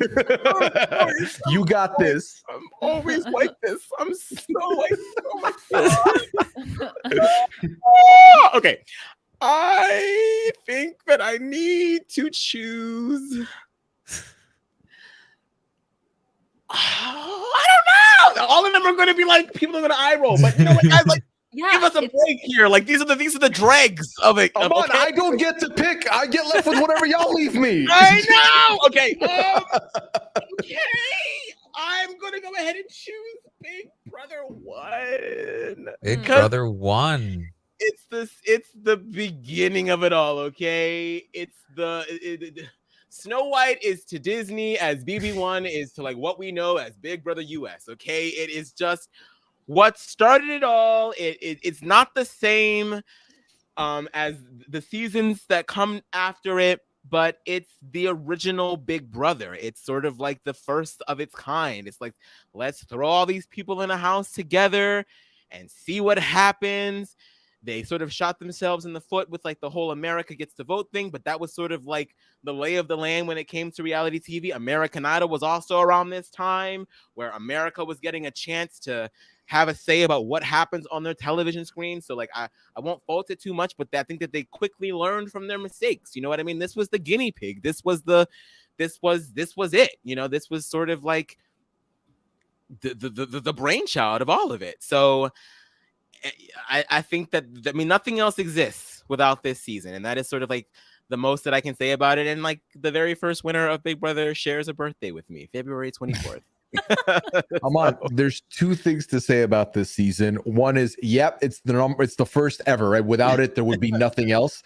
Yeah. The second is, with the 3 left, this is the one people will have the least thoughts on, and will look at your list and be like, all right, everything looks good. 1, oh, that doesn't matter. And they'll move on. There's not like a yes or a And no I there. am completely okay with that. You made the right call with the 3 left, I do think. In terms of strategy, I think so. I think though that like for those that know season 1, like Yes. the idea of having to watch it is like a death sentence. It's I tried so hard. I've tried at least once a year for the past 7 years, and I can't do it. I would sooner watch both Big Brother 22 and Big Brother Celebrity 3 before I watched Big Brother 1. Yeah. And that's because Big Brother 1 is 70 that episodes? boring and that many episodes. Yeah. Yes. I'll never know what happened, and my life's fine. Oh my I'm god. fine. That's the thing is that like yes, Aman, I do understand like it's season 1, but also like it's just such a different beast. So to me, like when I think about the history of Big Brother, I always start with 2 because when you're thinking about what the show looks like today, Big Brother 2 had the closest, format. So when I was originally doing what I was going to draft, like I didn't even consider Big Brother 1 because I was just like, well, I was sort of sticking within what I consider to be like the canonical Big Brother seasons. But I think it is important to acknowledge its history. I think it was, as we learned today, the most watched Big Brother season in viewers or something, whatever that question was. So I think that's an important part of history. And I do have a lot of It cosmetics. So, Jamie, who is the founder, is on the season. 70 episodes. Yeah, it's too many Oof. episodes. So many effing So many episodes. I think 99 days is too much now. Imagine if every day had an episode as well. Ugh. Be a lot. And I'm with no learning now. strategy. Even a lot of people in the chat too are like, yeah, I tried. I couldn't get couldn't get I through. couldn't get Yeah. through it. I couldn't do it. I guess the one everyone skips and then just starts with 2 if they're trying to be like a purist who's watched all of them. Mhm. And I think the big part is also this is following people in a house daily with no strat, and also it's from like what is the year 2000 or 2000, right? So some of it could just already be outdated to the level of interest there, you know. I mean, I think like in terms of the live feeds though, right? I mean, that's something you could watch all 16 pixels of live feeds if you were interested in watching it for this season. So if 70 episodes wasn't enough, don't worry, there's more content for you. I mean, I think that of course is, is revolutionary for starting the season. But I think in terms of the game that we know and love today, I think we think of Big Brother too. Yeah. All right. That means that I will make the final choice of the draft. I've been back and forth on this one, honestly. On one hand, because I largely through my team, I've been like, what would it be like to go watch these seasons? On one hand, Big Brother 22 is longer and therefore more of a chore to watch than Big Brother Celebrity 3, which you could like swallow down like a pill, right? On the other hand, there's just a lot more to like get out of 22 than Celebrity. Like there's nothing of value in Celebrity. Like there's not a single high point. Wow. There's not a single like moment of like excitement. Keep trying to trash Pooya's last. He's like setting it up. I'm just going through my thought process here because I've been back and forth, but like there's just nothing that I can discern from it. Whereas at least with 22, I mean, you've got Kaser and Janelle, and you sort of like see a lot of storylines continue, even if they're disappointing results. Like I wouldn't want to have not watched Big Brother 22. I like having seen it. Like I like knowing what happened in it at least. Because otherwise a lot of these things would be left hanging. Whereas I could absolutely live the rest of my life never even knowing Celebrity 3 existed. I just don't think it has any value. So I think I have to complete the set. You need the set. You have all of them. I don't need the set because it's like it doesn't count. I have to go with season 22 of Big Brother. At the end of the day, like we had that excitement going in. It gave us something in a time where we all needed something. Yeah. And getting to see Kaser back on my screen for the first time in over a decade was incredible. It didn't last very long, but like this is a season with Kaser in it. Like how can I not like give something here? And there were moments where like there were some power struggles that were interesting. David asking people if they saved him was interesting. Like there are some funny moments, the bidet moments, like there's stuff here. I wouldn't like to have the season because I know that there are a lot of people that will see this season and just instantly say no. And I think there are more people that will instantly say no to this season than Celebrity 3. But I think I just have to go with this one. Hopefully people understand there was like nothing left to choose from here and they won't penalize me too hard. But there's something here. There's something. Yeah, helping you to make your case like this, like just like I said before, the preseason of this was just so fun, incredibly fun. And just like I think even opening night, this is not theater, the premiere. Aside from the fact that the men got a clear advantage in the first HOH competition, it was just so wonderful seeing all of these people back. And yes, every time there's an All-Star season, I think for whatever franchise you're watching, there's always going to be detractors that are like, those aren't all stars. Like, who's that person? I really feel like on paper, this is a pretty solid cast. You have people that were great at the game. You've got second placers. You've got people that won. You have fan favorites. You have people that need a chance to redeem themselves, early outs. This, by and large, is a good, solid cast. Not to mention that, personally speaking, it has two of my favorite players of all time on it. So it's just like, it was just a really, really fun time. Also, yes. Go I'm ahead. sorry, I forgot to bring this up, but like the moment where Cody cuts Nicole is actually like a really good moment of Big Brother television. Like that's actually a very solid component. Yeah. I think just there's so many wackadoo things about the season. I mean, David Alexander just being there at all. The fact that Memphis and Christmas got together and are now married and getting at fights outside of restaurants. Holding like wrestling matches in the parking lot. That's exciting. This was the season also that Julie was workshopping her sign-off lines. You know, remember, be kind, leave judgment at the door, you know, before she really settled on the one that she likes today. We get maybe these are all just Julie Chen moments. You know, our very pretty actress, Busy Phillips.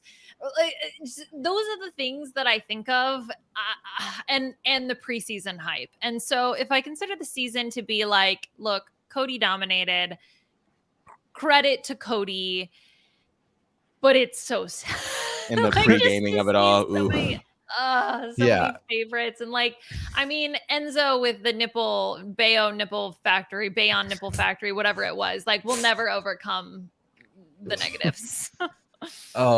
Yeah, my favorite thing about this season was the fact that I got to watch Kaser play the game live, as opposed to, because when I found the show, Kaser had been on twice, right? So that was outstanding. But the best standout was the year prior to this, listening to every stock watch and hearing how much Melissa built up David Alexander. If they give this man a chance, the sky's the limit. He comes in and my God, is the sky in hell. It just did not work. So that was very funny to me. I did enjoy that. But nah, this was just one of those seasons where, think of how many people came back who you were waiting to see play a second time potentially, or you thought would do well and just didn't. Kevin, we talked about Kevin. How disappointing was that? Nicole Anthony's stock plummeted. I feel like we said in 21, a lot of people were rooting for Nicole Anthony as like the last chance of the people left. Came in, did nothing. This is how bad the show was. Memphis, his whole storyline was he's a grandpa. The dude was 37. And I fully thought he was 55 based on the way they were framing this. I think ultimately the shining light here is genuinely that, just even looking at this cast photo with the blocked, like, you know, the Zoom call looking photo takes me back to a place we were that was not fun, right, with the pandemic. And just the preseason was really the best part. And I think that is also good and bad, because we built it up, and then my God, did it disappoint. Yeah, they had to take their like press photos like on their own. So like some of them had like really bad press photos. They had to do their videos on their own too. This was COVID. Well, what a time. Of course, that leaves just one final season for Pooya. I also couldn't find a good photo for this one. Big Brother Celebrity 3. Oh my God. Wow. Pooya, how do you feel about this? Is there any season you would have picked above this one?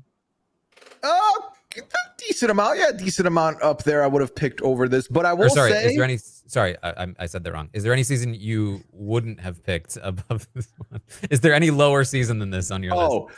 Honestly, potentially, yeah. Because initially I was like, oh, don't give me this. And then midway through the draft, I realized, hold on, wait, Todrick lost. Okay, I'm not as mad if I get it. Because I think that was the big thing for me, right? Todrick was just so tough to get through and sit through and have to deal with. But the fact that he didn't win, I think that's huge. I will take that. And also, easily my favorite goofy segment of last year was Chris Kattan and the cake. Yeah. So that's genuinely, when I was thinking about the two seasons, I was like, okay, All Stars has Kaser, Celebrity 3 has the cake. That's all I've got. I don't think the desire for another celebrity season has been lower for me personally until after this season. I was like, I'm done. We don't need the celebrities to come back. I'm fine. Although I say that, I feel like given that we are in the midst of a writer's strike, I could potentially see this happening again, but we'll see. Lamar Odom was fun. We had Lamar Odom. It could be better, but it could be worse. So wasn't he like trying to convince like Khloe Kardashian to like get back with him if like like that's why he was there. That's what I remember about Lamar Odom being there. And like I remember rooting for Carson and Shayna and then that falling apart. The one other like shining moment for me is the Monwan Nom Now. Of course it is. Of course it is. You love it. I have a keychain that says now wow Monwan. I mean, it's like the Monwan now nom thing. The thing it's from like, the hat. So with the hat from the hat. It's like it was so stupid. It's so stupid. And Carson just being like now wow. Again, ingrained in my mind. I don't have anything to say about this season. F this. Yeah, season. I already kind of talked about it. Todrick lost. I'm happy. We move. All right. Well, let's take a look at the final teams here. Liana with Big Brother 10, 2, 23, 5, 15, 9, and 21. How do you feel about your team? Well, it's definitely historic. For sure. His historic team for Liana. Yes. Aman's team. He has Big Brother 7, 17, 24, OTT, 18, 19, and 1. Aman, I feel like you were doing well until those last two. Yeah, I mean, when it got to Slim Pickens, I had to make a few hard decisions, but I think that my team is pretty well rounded. I think I've got some oldies in there, one really old one, and then some some really good moments and a wild card in there. Like I'm very satisfied with what I have, considering. Right. I have Big Brother 14, Big Brother 3, Celebrity 2, 8, Celebrity 1. 13 and 22. I feel like it's not a super like I don't have like the super high highs here, but I feel like I've hit a good like I feel like there's not any season except for maybe 22 where you'd go like that's a real stinker. Like I wouldn't want to watch that one. I feel like if you were forced to watch every season of each team, mine would be the most pleasurable experience. I feel like it's the most watchable team on the board. Then we have Pooya, Big Brother 6, 20, 4, 12, 11, 16, and Celebrity 3. What do you think, Pooya? I'm not mad at it. I think ultimately I'll take my team. I don't think I have any like supreme standout, but also don't have any, oh my God, this is so bad. Aside from Celebrity 3. So I'll take it.